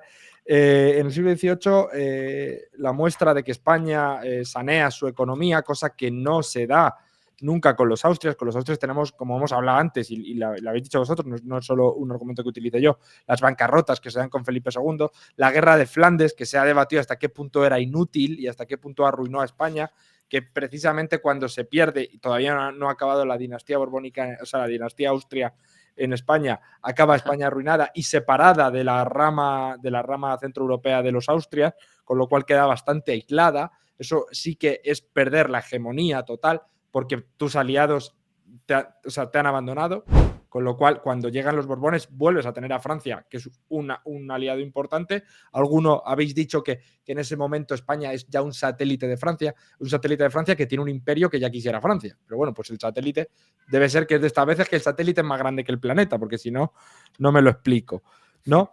Entonces, ¿alguna cosilla más? Sí, había hablado de Humboldt. Humboldt nos dice que la deuda externa que tiene España es de 120 millones de pesos en su época.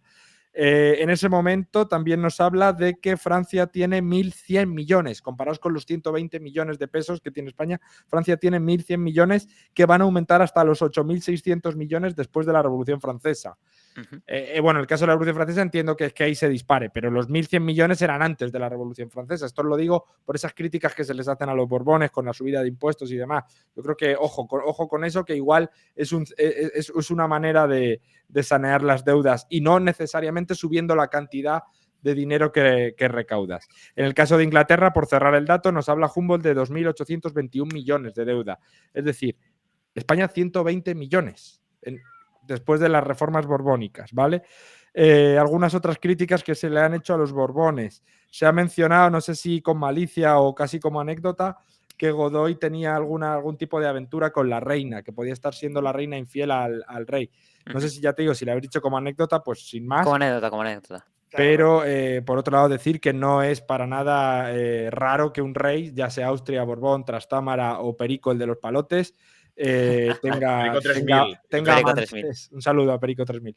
Pero no es para nada. Y seguirle su canal, que la verdad que es buenísimo, a mí me encanta.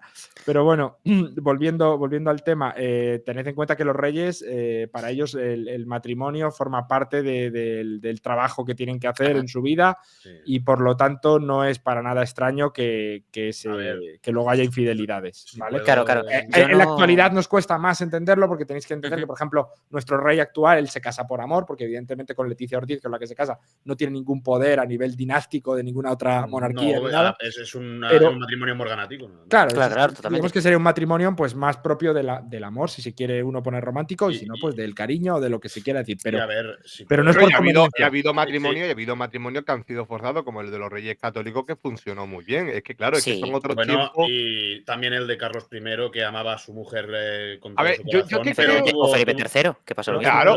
Pero Carlos III lo mismo. Pero tuvieron hijos también ilegítimos. Y luego Felipe IV con sus 40 vástagos. Eso también se puede. En todas las casas, un regente, en todas las casas, y no regente, la política de la descendencia es una política de Estado. Cuidadito el rey que no tuviese una descendencia. De hecho, fíjate, porque se produce la guerra de sucesión, hijos reconocidos, como ha dicho en Diego Pablo, hijo bastardo, hijo reconocido, legítimo, ilegítimo. Es que era una política de Estado. Un rey que no tuviera descendencia creaba una guerra, como se creó en España. Ojo, no solamente en España. Claro, en Austria, por ejemplo, y era de hecho una crisis, incluso algunos reyes y algunas reinas dejaban a sus parejas porque no le procuraba descendencia y automáticamente estaban lo que era la nulidad eclesiástica que se producía ipso facto para poder tener descendencia, porque como digo, no era algo personal, era incluso una política de Estado tener una descendencia, porque el régimen que se movía en aquella época era el de monárquico absolutista prácticamente, no solamente en España, en todas las grandes casas. Yo lo que, es que ha habido algo que no sé si lo ha dicho Welgen o lo ha dicho Pau o lo ha dicho Diego Pablo. Yo no he acabado, pero bueno. Que yo lanzo esta pregunta. Es que la monarquía española, ¿cuándo ha tenido en Europa aliados? Yo no considero que España nunca haya tenido aliados de los Pirineos para arriba. España lo único que ha tenido países que han confluido con intereses con España. Pero España nunca ha tenido aliados. Aliados puro y duros solo los tenemos en Hispanoamérica. Estoy de acuerdo contigo, Jaime, que... política matrimonial con Felipe II. Sí, principalmente porque pero Portugal... ¿cuánto dura la política matrimonial, por ejemplo, la reunificación? La reunificación, de la península ibérica dura 40, 60 años. O sea, que tampoco había... Empieza en 1580 y acaba en 1640. Y la otra, de Portugal, lo tenemos por matrimonio porque, recordemos, Portugal es el aliado más antiguo de uno de nuestros mayores enemigos, que es Inglaterra. Que por eso les tengo un poco tanto de recelo, en plan de decir, no os acerquéis tanto. No, yo sí creo, a ver, pero yo sí te digo una cosa, Pau. Yo creo que con Portugal tenemos que tener una política decidida de reunificación. Yo sí lo creo, precisamente porque ese tratado es una injerencia. No solamente, yo creo que nuestros hermanos... ir un poco del tema. Vale, venga, vale. Sí. Vale, me reencamino. Pero mira, venga, me reencamino. Yo me he acabado también, estoy viendo que ahora os vais. Es que me gusta la política exterior, entonces... ¡Que te muerde! Cuidado, Jaime, que va a bajar a Cádiz y te va a comer. Jaime, pero termino, por ejemplo, lo que ha dicho Diego Pablo, y estoy totalmente de acuerdo. A mí, por ejemplo, me representa mucho la monarquía borbónica hoy en día. Yo estoy muy orgulloso de mi monarca.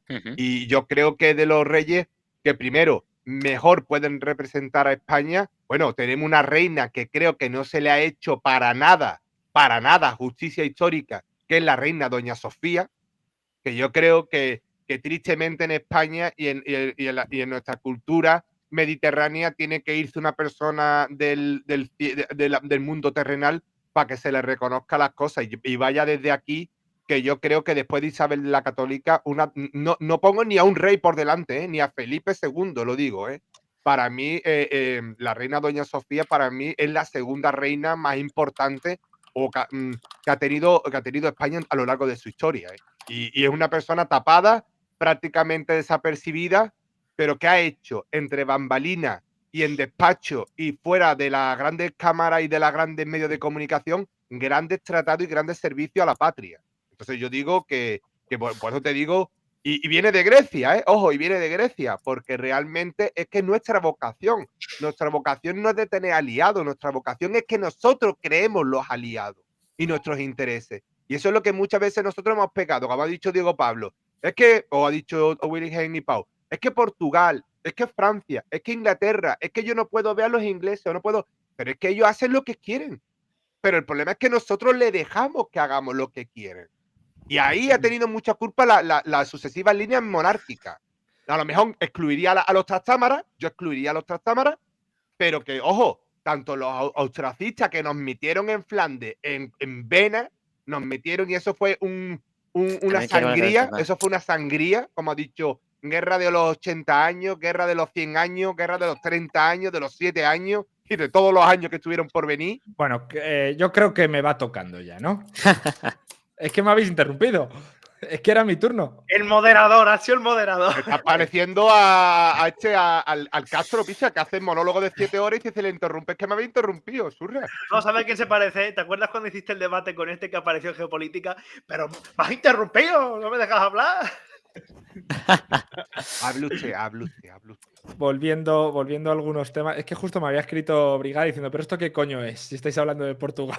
¿Qué debate es este, no? Brigada, que se deje de tanto rollo y que dé el escaparate aquí, que se meta aquí dentro. Eso, vale. Que yo lo he invitado y no se ha metido. Tanto crítica y tanto crítica. Entiéndelo, está mayor, se va por las ramas. Y por cierto, y ya lo interrumpo más, es que Diego Pablo se ha metido a veces en cuestiones económicas y yo he cerrado los ojos y digo, coño, estoy aquí en un debate entre rayos y Roberto Vaquero. No nos queda, no nos queda. Vamos a ver, otra cosa que habéis nombrado, la verdad que no sé quién ha sido, ¿vale? Pero lo habéis mencionado, habéis hablado también del tema de la expulsión de los jesuitas como algo negativo para por parte de los Sí. Borbones. A ver, estoy de acuerdo de que es algo negativo, lo que no sé hasta qué punto es correcto echarle la culpa a los Borbones, porque recordemos que es una cosa que firma el Vaticano, la expulsión de los jesuitas. Entonces, a ver, hay cosas que yo coincido con vosotros en que fueron negativas, lo que ocurre es que no todo es necesariamente, o al menos en su totalidad, eso es, lo correcto es decir, o al menos en su totalidad, culpa de los Borbones. Pero bueno, también entiendo, o sea, os puedo comprar que como estaban reinando los Borbones, pues las cosas que pasan, pues hay que hacerles Ten cuidadito que responsables. comprando te va a volver al final. No, pues, a mí me gusta que en los debates Es que tratemos de llegar a un claro, que al final acuerdo. dice, Tratemos de claro, llegar a un claro. acuerdo. ¿vale? Si el otro da buenos argumentos y tiene razón, hay que ir cediendo. Samuel lo sabe, yo inicialmente venía aquí a defender a los Austrias, después dijimos, bueno, yo tengo argumentos para defender a los Borbones, si no hay nadie que defienda a los Borbones, yo defiendo a los Borbones, no hay problema. Entonces, un poco Aquí lo estamos haciendo más por el salseo, pero en Seguimos realidad representando. estamos aprendiendo unos de otros. porque Claro, hay en temas realidad, que, al final del día. como unos con especialistas en Austrias, algunos temas que habéis tocado, que esto justo donde ya hemos hablado de los amoríos de las reinas y demás, con el tema de Godoy. Godoy ha sido uno de los mayores filántropos de la historia de España y el tema de que haya tenido alguna relación con la reina no está demostrado, y a mí me parece que siendo la reina y siendo una persona que se estaba en la corte, pues es muy fácil alimentar rumores y alimentar el chisme. Pero bueno, entiendo que del mismo modo que no se ha demostrado que estuviesen juntos, tampoco se ha demostrado que no lo estuviesen, ¿vale? Más sobre la reina, Otro María tema. más sobre esa reina, que era María Luisa de Parma, que su propio hijo la detestaba. Sí. Y su propio hijo creó bastante leyenda negra sobre su propia madre. El hermano de Isabel la Católica, por ejemplo, también. Sí, Enrique Volviendo. IV es, ¿no? Volviendo al tema del centralismo borbónico, como digo, lo he dicho antes, pero lo repito, es verdad que no había un centralismo en la teoría tal vez sí, pero luego en la práctica, América podemos ver muchos ejemplos en los que seguía un poco a su rollo, ¿no? Pero con el caso de España, que es un poco donde os habéis centrado, a ver, ya digo que no me prepara el debate por este lado, pero sí os puedo decir que País Vasco, por ejemplo, después de los Borbones, continúa con sus fueros. Con lo cual ese centralismo corresponde más a una penalización de aquellos territorios que se han rebelado más a la llegada de los Borbones que a un centralismo per se. Pero lo que os quiero decir con esto también es que Cataluña seguía teniendo privilegios. Cataluña probablemente, desde que entran los Borbones a España, es el niño mimado. Y sí, le quitaron los fueros, pero Cataluña, o sea, si Málaga no se industrializa, si Galicia no se industrializa, es por el trato de favor que tienen los Borbones hacia Cataluña toda su historia. Si la esclavitud, España es el último país en abolirla, es por el trato de favor que tienen los Borbones hacia Cataluña. Y esto es una constante que ocurre en toda la historia. La zona más mimada con los Borbones en América era Venezuela. ¿De dónde es Bolívar? De Venezuela. Pues es que ¿De dónde es Puigdemont? De Cataluña. Cuanto más mimas a un territorio, más se crece para, bueno, es que yo me lo he ganado, ¿no? O sea, a ti te lo han regalado todo, pero yo me lo he ganado, yo me merezco más todavía, yo podría vivir sin ti. Cuando si tienes es porque el otro te lo ha dado. Pero bueno, eso yo creo que ahí sí estaríamos bastante de acuerdo. Ahí me da a mí que estamos de acuerdo todos, ¿eh? Por eso, Sí, os digo. Sí. Por favor, luego, catalana. he notado algún tono que habéis dicho un poco también con el tema de la entrada de los Borbones, que bueno, que es que a ellos les apoyaba Francia y tal.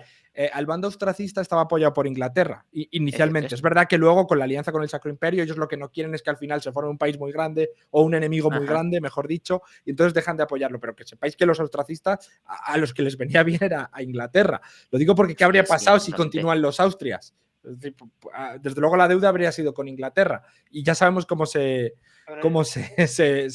marcan las... Ya sabemos para qué. ¿Vale? Entonces, con los jesuitas también hay cierto... Bueno, es que había abandonado yo un poco ese tema y no quería ahora volver a ello, pero bueno, sí que creo haber leído, es que esto no estoy del todo seguro, que los jesuitas también tenían esclavos niños, ¿eh? Y en Francia y Portugal también los echaron. En Francia había Borbones, pero en Portugal, que yo sepa, no, corregidme si me equivoco. No. Braganza. Y Portugal. Entonces, por eso un poco lo decía. Es decir, también, a ver, luego había ciertas acusaciones de que habían intentado matar al rey de Portugal y que estaban detrás del motín de Aranjuez. Yo esto, igual que lo del el amorío de Godoy, no lo puedo demostrar, pero Claro. a ver, lo que quiero decir es que parece como que los jesuitas hacían una labor muy buena, pero eso no quiere decir que tuviesen las sombras suficientes como para que una persona sensata decidiese expulsarlos, ¿vale? Y ojo, no estoy diciendo que eso no haya tenido un impacto negativo, pero lo que estoy diciendo es que parece como que ¿sabes? Que era una cosa Sí, que es intocable los justificable. jesuitas y a lo mejor en su contexto también tenía cierto sentido. No sé si quería decir algo más de Carlos IV que tenía por aquí apuntado de alguno que habéis nombrado. A ver, que es que como me lo voy apuntando. Sí, habíamos dicho que Carlos IV. Bueno, mucha Carlos repercusión. IV para mí es un buen Borbón. Yo sé que muchos le Vale. tildan de tonto, ¿vale? Pero con Carlos IV, por ejemplo, tenemos que mejora mucho la situación de los esclavos. Me refiero a la cédula de gracias al sacar, pues si alguno quiere buscarla y ver lo que es. También se ponen días libres dentro de la jornada laboral. Los castigos son mucho menos severos desde que entra Carlos IV. Se dan muchas mejoras en la educación.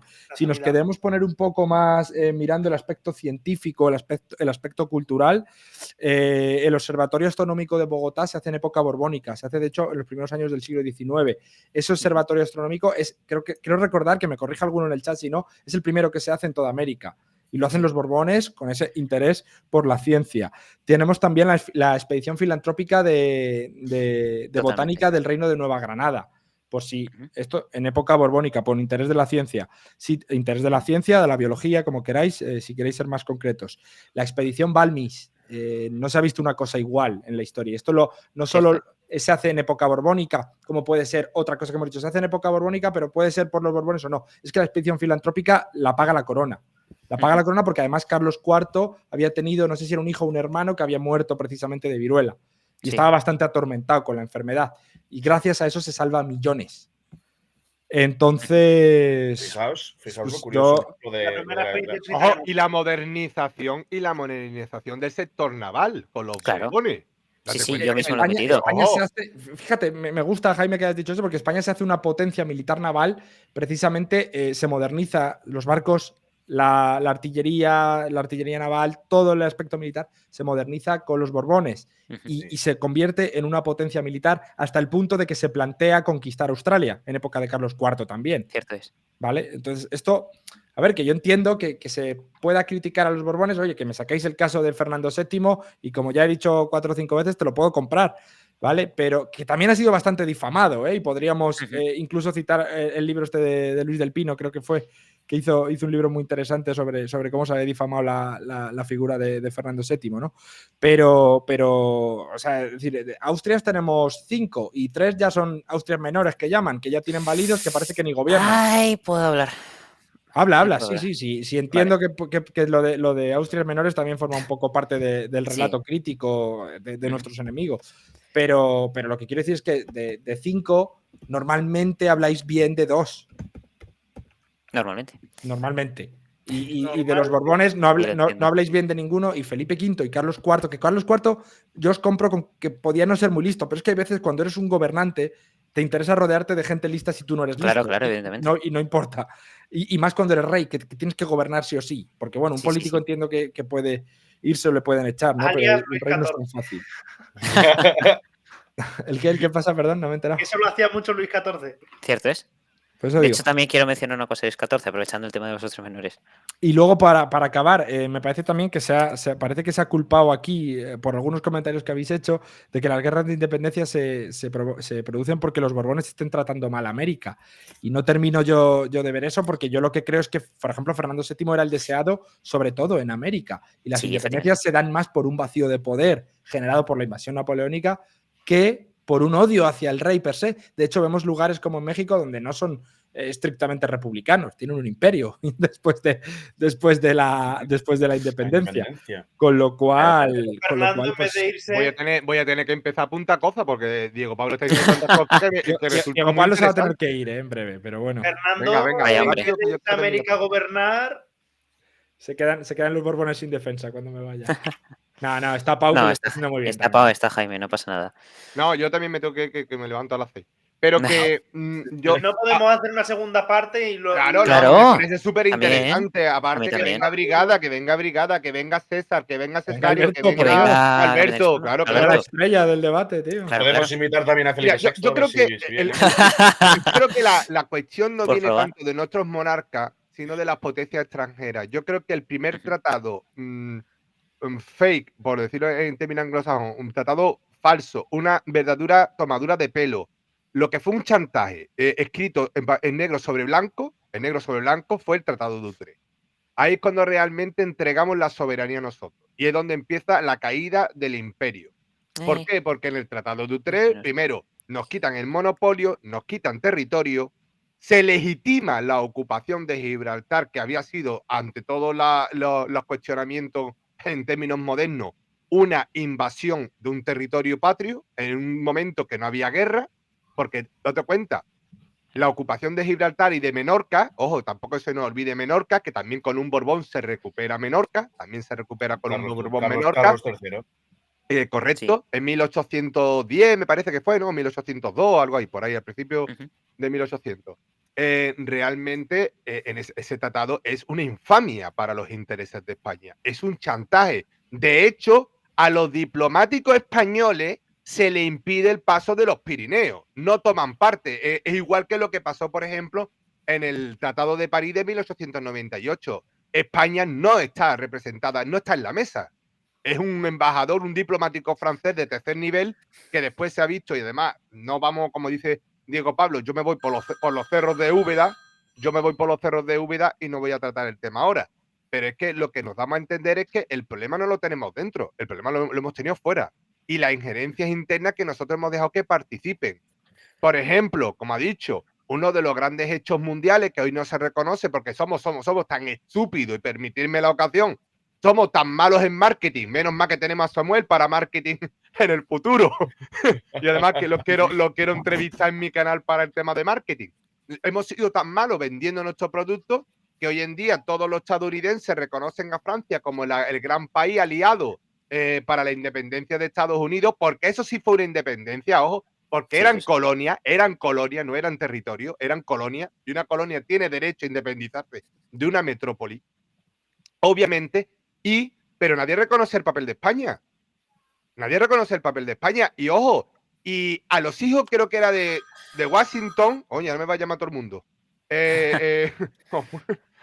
Y a los hijos de George Washington, usted no sé si lo sabéis, pero creo que fue Felipe, ¿quién reinaba en ese momento? Carlos III, creo que era, ¿no? El Borbón que reinaba. Le regaló un asno, le regaló un burro, Sí. porque el burro era un animal de la nobleza. Y además era de raza pura, estaban los segovianos, no sé qué. Y en ese aspecto, el tener esos animales solo tenían los grandes monarcas, es como el galgo. El galgo es un símbolo también de un perro que a mí particularmente me encanta. En muchos retratos de Carlos I aparece con Aparece la figura de un galgo. Bueno, pero esas cosas no se saben. Y que los hijos, y que uno de las personas cuando muere George Washington que más tiene presente es el monarca español. Pero el problema lo tenemos nosotros. Y vuelvo a decir, ¿cuál es el problema de la monarquía española? Pues igual que la diplomacia española, que es que no nos damos cuenta que no tenemos aliados. Entonces, las buenas o las malas políticas no son tanto también el tema de la monarquía o de la dinastía. Yo creo que culpabilizar a los Borbones de todos los males es injusto, como bien ha dicho Diego Pablo, igual que decir que todo lo bueno vino de los Austria, también sería banalizar y Efectivamente. simplificar mucho la historia, pero es que vuelvo a decir lo mismo, es que el problema lo tenemos nosotros mismos, porque España y eso lo dijo un día Patricio Long, al que mando un saludo, que es que uno de los grandes problemas, creo que lo dijo Patricio Long, no vaya a hacer que me equivoque y me diga, "Ahora, Patricio, yo no lo he dicho", pero el problema es nuestra fe católica, que frente al calvinismo, que yo es lo que he dicho antes Diego Pablo, cuando se fomenta un territorio, cuando se le da privilegio a un territorio, ese territorio se cree que todo es gracias a él y se, digamos, se endiosa, ¿no? Se endiosa y se llena de poder y de endiosamiento. Pero el problema que tenemos es que los cristianos somos caritativos. El cristiano te pone la mejilla cuando te golpean una. El El gran capitán está en ataque. hasta la mejilla si puede. El calvinista Me te está quiere diciendo quitar que me hasta vaya a los- cenar ya. Ah, bueno, entonces si el conquistador lo dice, nos vamos todos. Pero yo termino con esto. Yo creo que realmente, y tengo que darle una lanza a favor de Diego Pablo, la monarquía borbónica en América es un ejemplo de realmente, y hoy en día, si hoy en día se hablan más de 200 idiomas y dialectos en todo el continente del Río Bravo o del Río Grande para abajo, es gracias a la política de protección, de fomento, de utilización no solamente en las escuelas, sino también en las propias administraciones, de las propias administraciones de las lenguas nativas, que como dice Zunzunegui, pasan de ser minoritarias a ser mayoritarias no con España, sino con los secesionistas, que es donde hacen el gran barrido de la ESO. Y termino con esto. Y como no es un rey, pero fue una etapa de nuestra historia, claro, es que también mucha gente que dice Franco, ojo, es lo que ha dicho Diego Pablo, a muchas zonas de España se les quita la industria y se fomenta Vascongadas y se fomenta a Cataluña, como ha Yo dicho. solo. Pero y Pau. antes de Franco Sí. también. O sea, Y son antes los de Franco, Borbones. con Primo Antes de de- Rivera, que era mi paisano, por supuesto, también, por eso. Claro. Pero No, que tampoco y creo. antes, es decir, desde el siglo XVIII, XIX. Pero Sí, yo creo, en yo el creo Borbón, que. efectivamente. Yo creo que Cataluña es el niño interesa. mimado de los Borbones. Pero yo creo que interesa mucho también hablar mal de los catalanes y hablar mal de los vascos, porque siempre es bueno tener un enemigo interno, siempre es bueno, pero no hay que obviar que muchas de las grandes gestas de la historia de España la protagonizan vascos y catalanes, ¿eh? Mm. Grande. Yo Y puedo yo te hablo de Puerto Rico, y en Si Puerto Rico hay una puedo. impronta Jaime. catalana acojonante. Y las grandes empresas españolas del conjunto del imperio son financiadas muchas veces por grandes empresarios y grandes terratenientes y grande nobleza catalana. Sí. Y la nobleza catalana tiene. No me quiero disparatar porque entonces no voy a parar. Y para una vez que puedo hablar, hablo. Pero quiero deciros que yo creo que es que tenemos que mirar un poco también fuera de los libros de texto, que los libros de texto están muy adulterados. Por eso te digo que simplificar un debate, que está muy bien que lo haya introducido Samuel, porque eso nos da a entender un poquito de dónde iba, pero yo sí creo que las líneas borbónicas eran a grosso modo más centralistas. Ojo, si es verdad que con la decapitación del monarca francés, con la Revolución Francesa, los monarcas se dan cuenta que, ojo, en España no apliquemos lo mismo porque podemos llegar al mismo sitio. Entonces sí creo que ahí también se produce un cambio. Pero creo que, obviamente, en sus grandes trazos, yo creo que hay unos más centralistas y otros más, digamos, federalistas, si me permitís, o virreinales, Sí. ¿no? Sí, Pues si me permitís hacer un pequeño apunte dale, y para. así vamos concluyendo. Perfecto. Quiero darle en esto la absoluta razón a Pax, en el asunto de que los austracistas, los estados austracistas o los que estudiamos en general la época de los Austrias, nos enfocamos demasiado en Carlos I y Carlos II. Es totalmente cierto. Que aproveche, Es totalmente Jaime. cierto. Yo personalmente, os cuento un poco, he estado elaborando a lo largo de estos años unos estudios sobre principalmente Felipe IV y Felipe III y sinceramente hay un montón de leyenda negra de los dos personajes y solemos saltarlos. Quiero destacar un poco, sobre todo la figura de Felipe IV y relacionarlo un poco con una frase que también mencionaba él y que tiene que ver mucho con la sabiduría monarquía hispánica que nos había mencionado Jaime. Que Felipe IV dijo una frase que decía, nos contra todos, todos contra nos, que refleja efectivamente que España estaba prácticamente sola contra el mundo, básicamente. Felipe IV es un rey que es un rey extremadamente ilustre. Es el primer hijo de Felipe III y se nota porque tiene una cultura enorme. O sea, es un rey que ante todo es, como eran los Habsburgo en general, sobre todo los austríacos y tal, pero aquí en España también, eran cultos, muy cultos, extremadamente. Hablaba un montón de idiomas, hablaba francés, hablaba italiano, hablaba latín, hablaba griego, hablaba español, hablaba portugués, hablaba un montón de idiomas. Pero destaca principalmente porque promovió mucho las artes. Creo que Pau ya lo sabe principalmente, porque se lo comenté en su momento. Felipe IV es el mayor promotor del siglo de oro de todos. Todo de la existencia del siglo de oro. De hecho, tuvimos una conversación de 3 horas sobre eso, además. Sí. Es que da para mucho el tema en realidad. Pero resumiendo un poco, Felipe IV, todo lo que es pintura, todo lo que es teatro, todo lo que es arquitectura, todo eso, básicamente, Felipe IV lo construyó todo. Había un palacio que se llama el Palacio del Buen Retiro. Podéis buscar un retrato, os lo recomiendo, porque actualmente quedan reservas porque se dañó mucho a lo largo de la historia. Al final se demolió la mayoría, pero era una brutalidad, si se ve, porque es como una vista más o menos aérea del sitio. Está muy chulo el cuadro. El problema de Felipe IV es su valido. es el conde duque de Olivares. Es una persona que es muy ambiciosa, es una persona muy egocéntrica. Esto da para un directo propio y todo, ¿no? Pero básicamente Olivares, para que veáis el nivel que tenía el señor, este señor se puso a influir, y esto es un problema que había, se ponía a influenciar desde pequeño a Felipe IV. De hecho, hubo un mini golpe de estado con Felipe III, al final había Felipe III que proclamó a Felipe IV como rey, que también se puede tratar en un directorio separado. Que básicamente llevaría a Felipe IV a dejar muchas cosas a Olivares. ¿Por qué?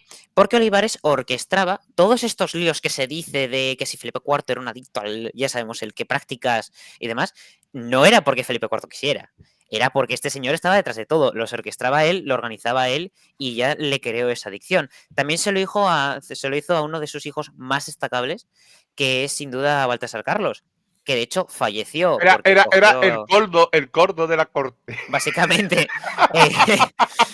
para los que no conozcáis a Carlos, Baltasar Cualquier Carlos, autoridad.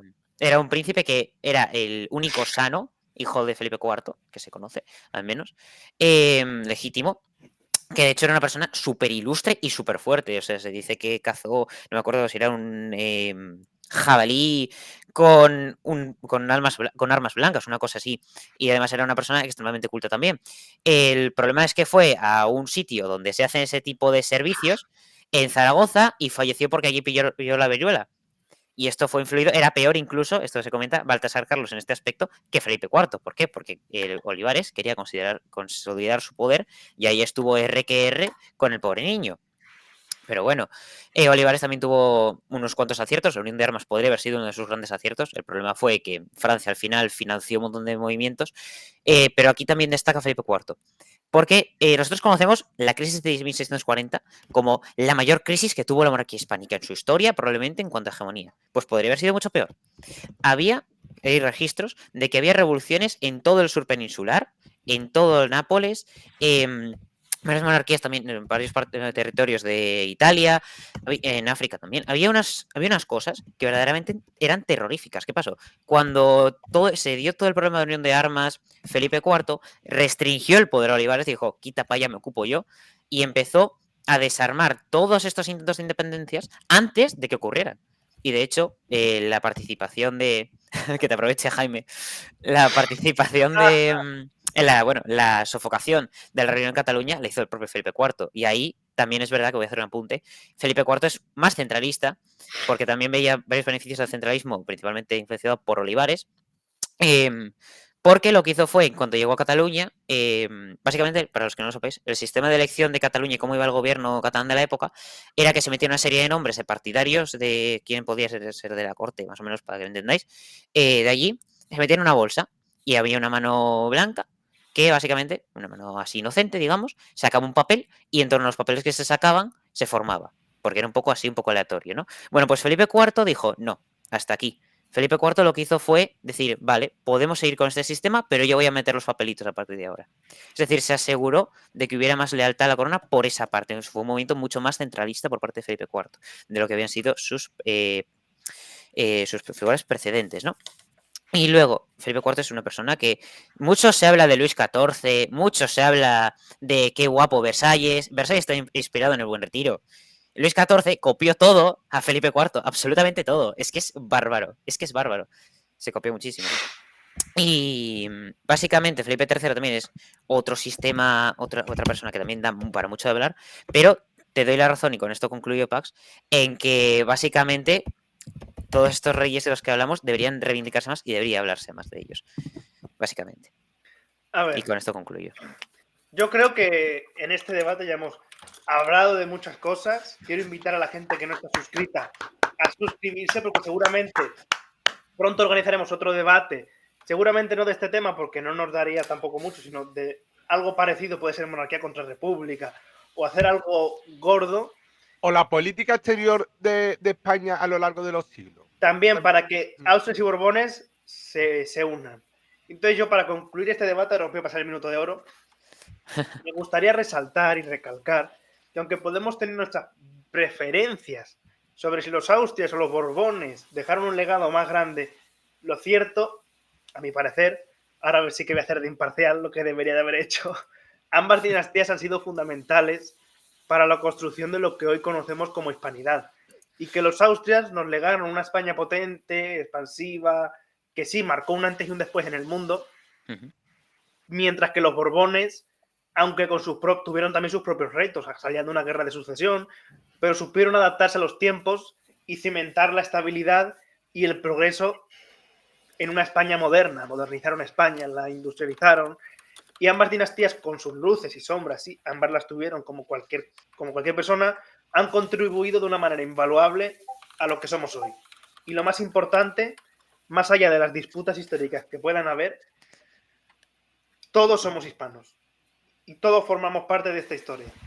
Los que apoyamos a los Austrias, los que apoyamos a los Borbones, todos somos hispanos, somos hispanistas y fomentamos el conocimiento de esta historia. Este debate yo sé que ha servido a muchos para conocer más sobre la dinastía y la historia de España y de la hispanidad y ver tanto las luces como las sombras de ambas dinastías. Pero lo importante es que ambas han contribuido a lo que hoy somos. Y este debate me ha dejado mucho que reflexionar. Diego, Pablo ha citado muchas cosas que yo no conocía. Jaime también ha contribuido mucho. Guillermo ahora me ha dejado con la curiosidad de investigar más sobre Felipe III y Felipe IV.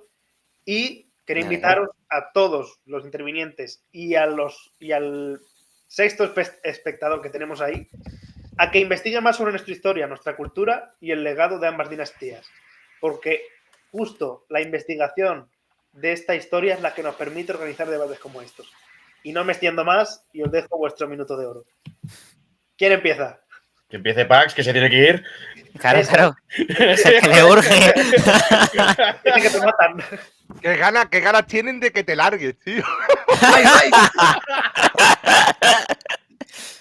No se te escucha, no se te escucha. No te escucha. No, encima que tiene prisa no se le escucha. Verás que encima te No, es que como está el perro dando la lata, pues me he silenciado.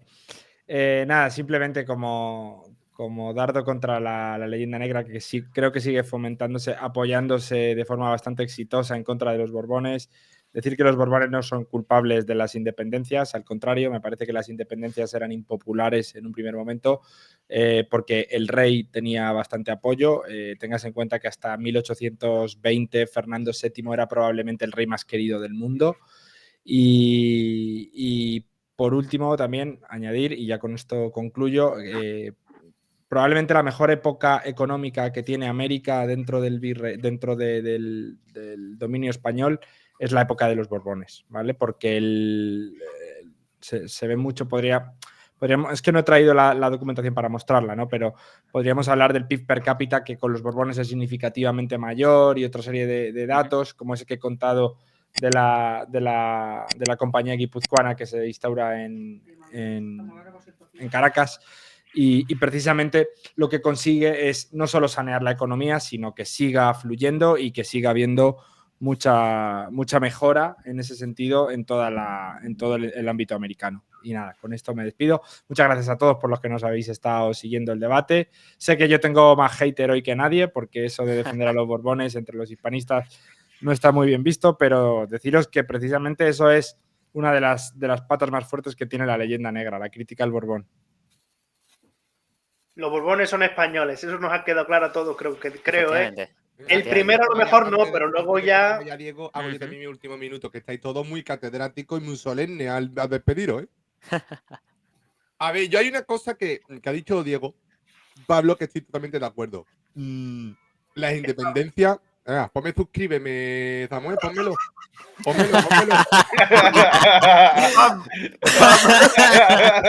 ¿Os podéis creer que el tío espera que salga yo para ponerme aquí la bandera? Yo digo, se lo voy a poner a Jaime, que seguro que sale con alguna de las suyas. Suscríbete. Escucha, no, es broma. No, a mí me encanta el debate, me encanta, porque todo esto creo que va a gustar mucho. Yo creo que gusta este formato mucho. Y aparte, yo creo que cualquiera de los que tú que no estás viendo al otro lado de la pantalla un día, lo bonito es que también esté aquí, ¿no? Y por eso yo creo que lo bonito es que en los comentarios, la cada comentario, aparte de suscribiros a los canales de nuestros amigos, pues también, oye, quiero participar y participáis también un día. Yo, es lo que dice Diego Pablo, para no extenderme mucho, yo creo que los territorios americanos, en la gran inmensa mayoría, las élites, había una élite traidora que sí se vendió a interés económico, que eso ya venía, vuelvo a decir,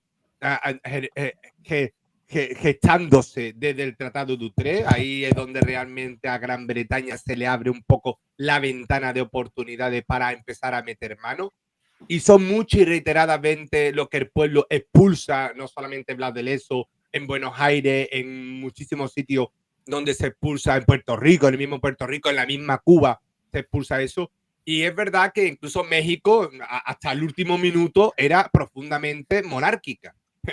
Iturbide hace digamos, un pase de equipo, ¿no?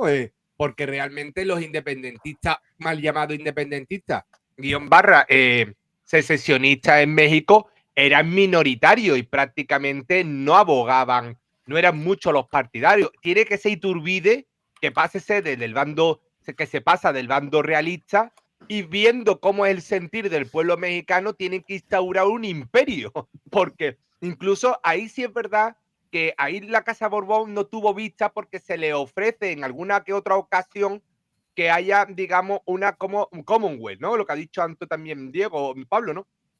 Que el monarca sí siguiera teniendo un vínculo monárquico con el viejo continente, ¿no? Incluso que algunos de los familiares pasaran a ser, para expresar esos vínculos, monarca de México, ¿no? Y eso no se atiende suficientemente bien.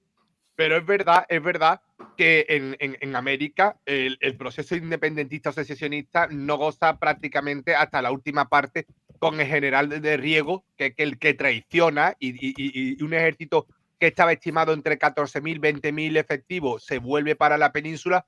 Yo creo, y para ir terminando, que ambas casas tienen mucho, y creo que estoy haciendo un programa, pero podríamos hacer, como ha dicho Samuel, 4, 5, 6 programas para posiblemente empezar un poco a sacar la luz sobre las monarquías. Yo creo que esto es muy importante, porque en unos tiempos en los que el republicanismo acampa sus anchas y ser monárquico prácticamente te tachan de ser un bicho raro, que eso no quiere decir que a ti te guste la historia de Hispanoamérica, la historia de España, y sea republicano, ¿vale? Pero vuelvo a decir, yo creo que tenemos un gran rey. Hay algunos que dicen, hombre, el rey tenía que hacer algo, cosas con lo que está pasando con la leyenda negra, con Francia Sheinbaum, con el tema de los nacionalismos en España, pero es que realmente lo que hay también es parlamentario. Adiós. Por favor, echarle llama a este tío. Jaime, se te va a enfriar la pizza, Jaime. Yo me la he comido. Venga, Te voy a nada, aprovechar que aquí. me lo paso bomba. Adiós. Bueno, Mamones. Guillermo Unos ya se ha mamones. ido, no me acuerdo. Guillermo ya ha hablado, no jodas. Guillermo ya ha demasiado. La verdad que sí. A Guillermo le convalidamos el minuto de oro por lo de antes, ¿eh? Lo convalidamos. No, Sí. eso ha sido la hora de oro, no me jodáis. Pido disculpas. Gota ¿O absorbe. empiezas o te pongo Vale, empiezo. El descolado. Tío, pues, esta es la forma de estar la gente, ¿no? Vale. Fabricación mía. A ver, yo no he intervenido tanto en este debate, ¿vale? Y eso lo reconozco. Te voy a cortar los pies. Dejamos a Pau, que ya nos vamos, y es verdad que el pobre no ha intervenido mucho. Venga, Sí, Pau, sí, te escuchamos dale, atentamente. Principalmente porque yo no soy un experto. Guillermo sabe, Samuel sabe que yo defiendo ambas dinastías a partes Sí. iguales. Igual que las critico. Igual que critico la monarquía actualmente, igual que critico las repúblicas. Yo soy a dar a hostias a todo el mundo.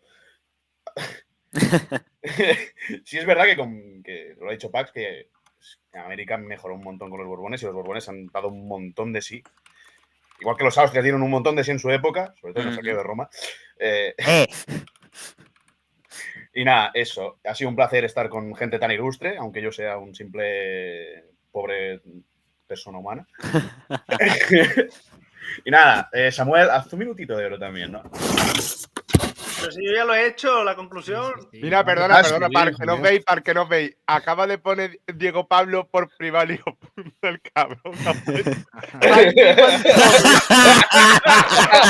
Jaime, igual te come una pizza que te habla de Portugal. No, pero ya tenemos próximo debate, la política exterior de Ostras. España. Y todo porque Jaime saca a Portugal, entonces, claro. Pues ya ya está, tenemos ya está. una y buena. No, A ver, ideas no nos volvemos a faltan, ¿eh? España. Señores, ha estado muy bien, muy divertido, pero yo me va a costar el video. Hasta luego. Hasta luego. Chao. Un placer Chao. teneros a todos aquí. Un placer. Un placer. Ay.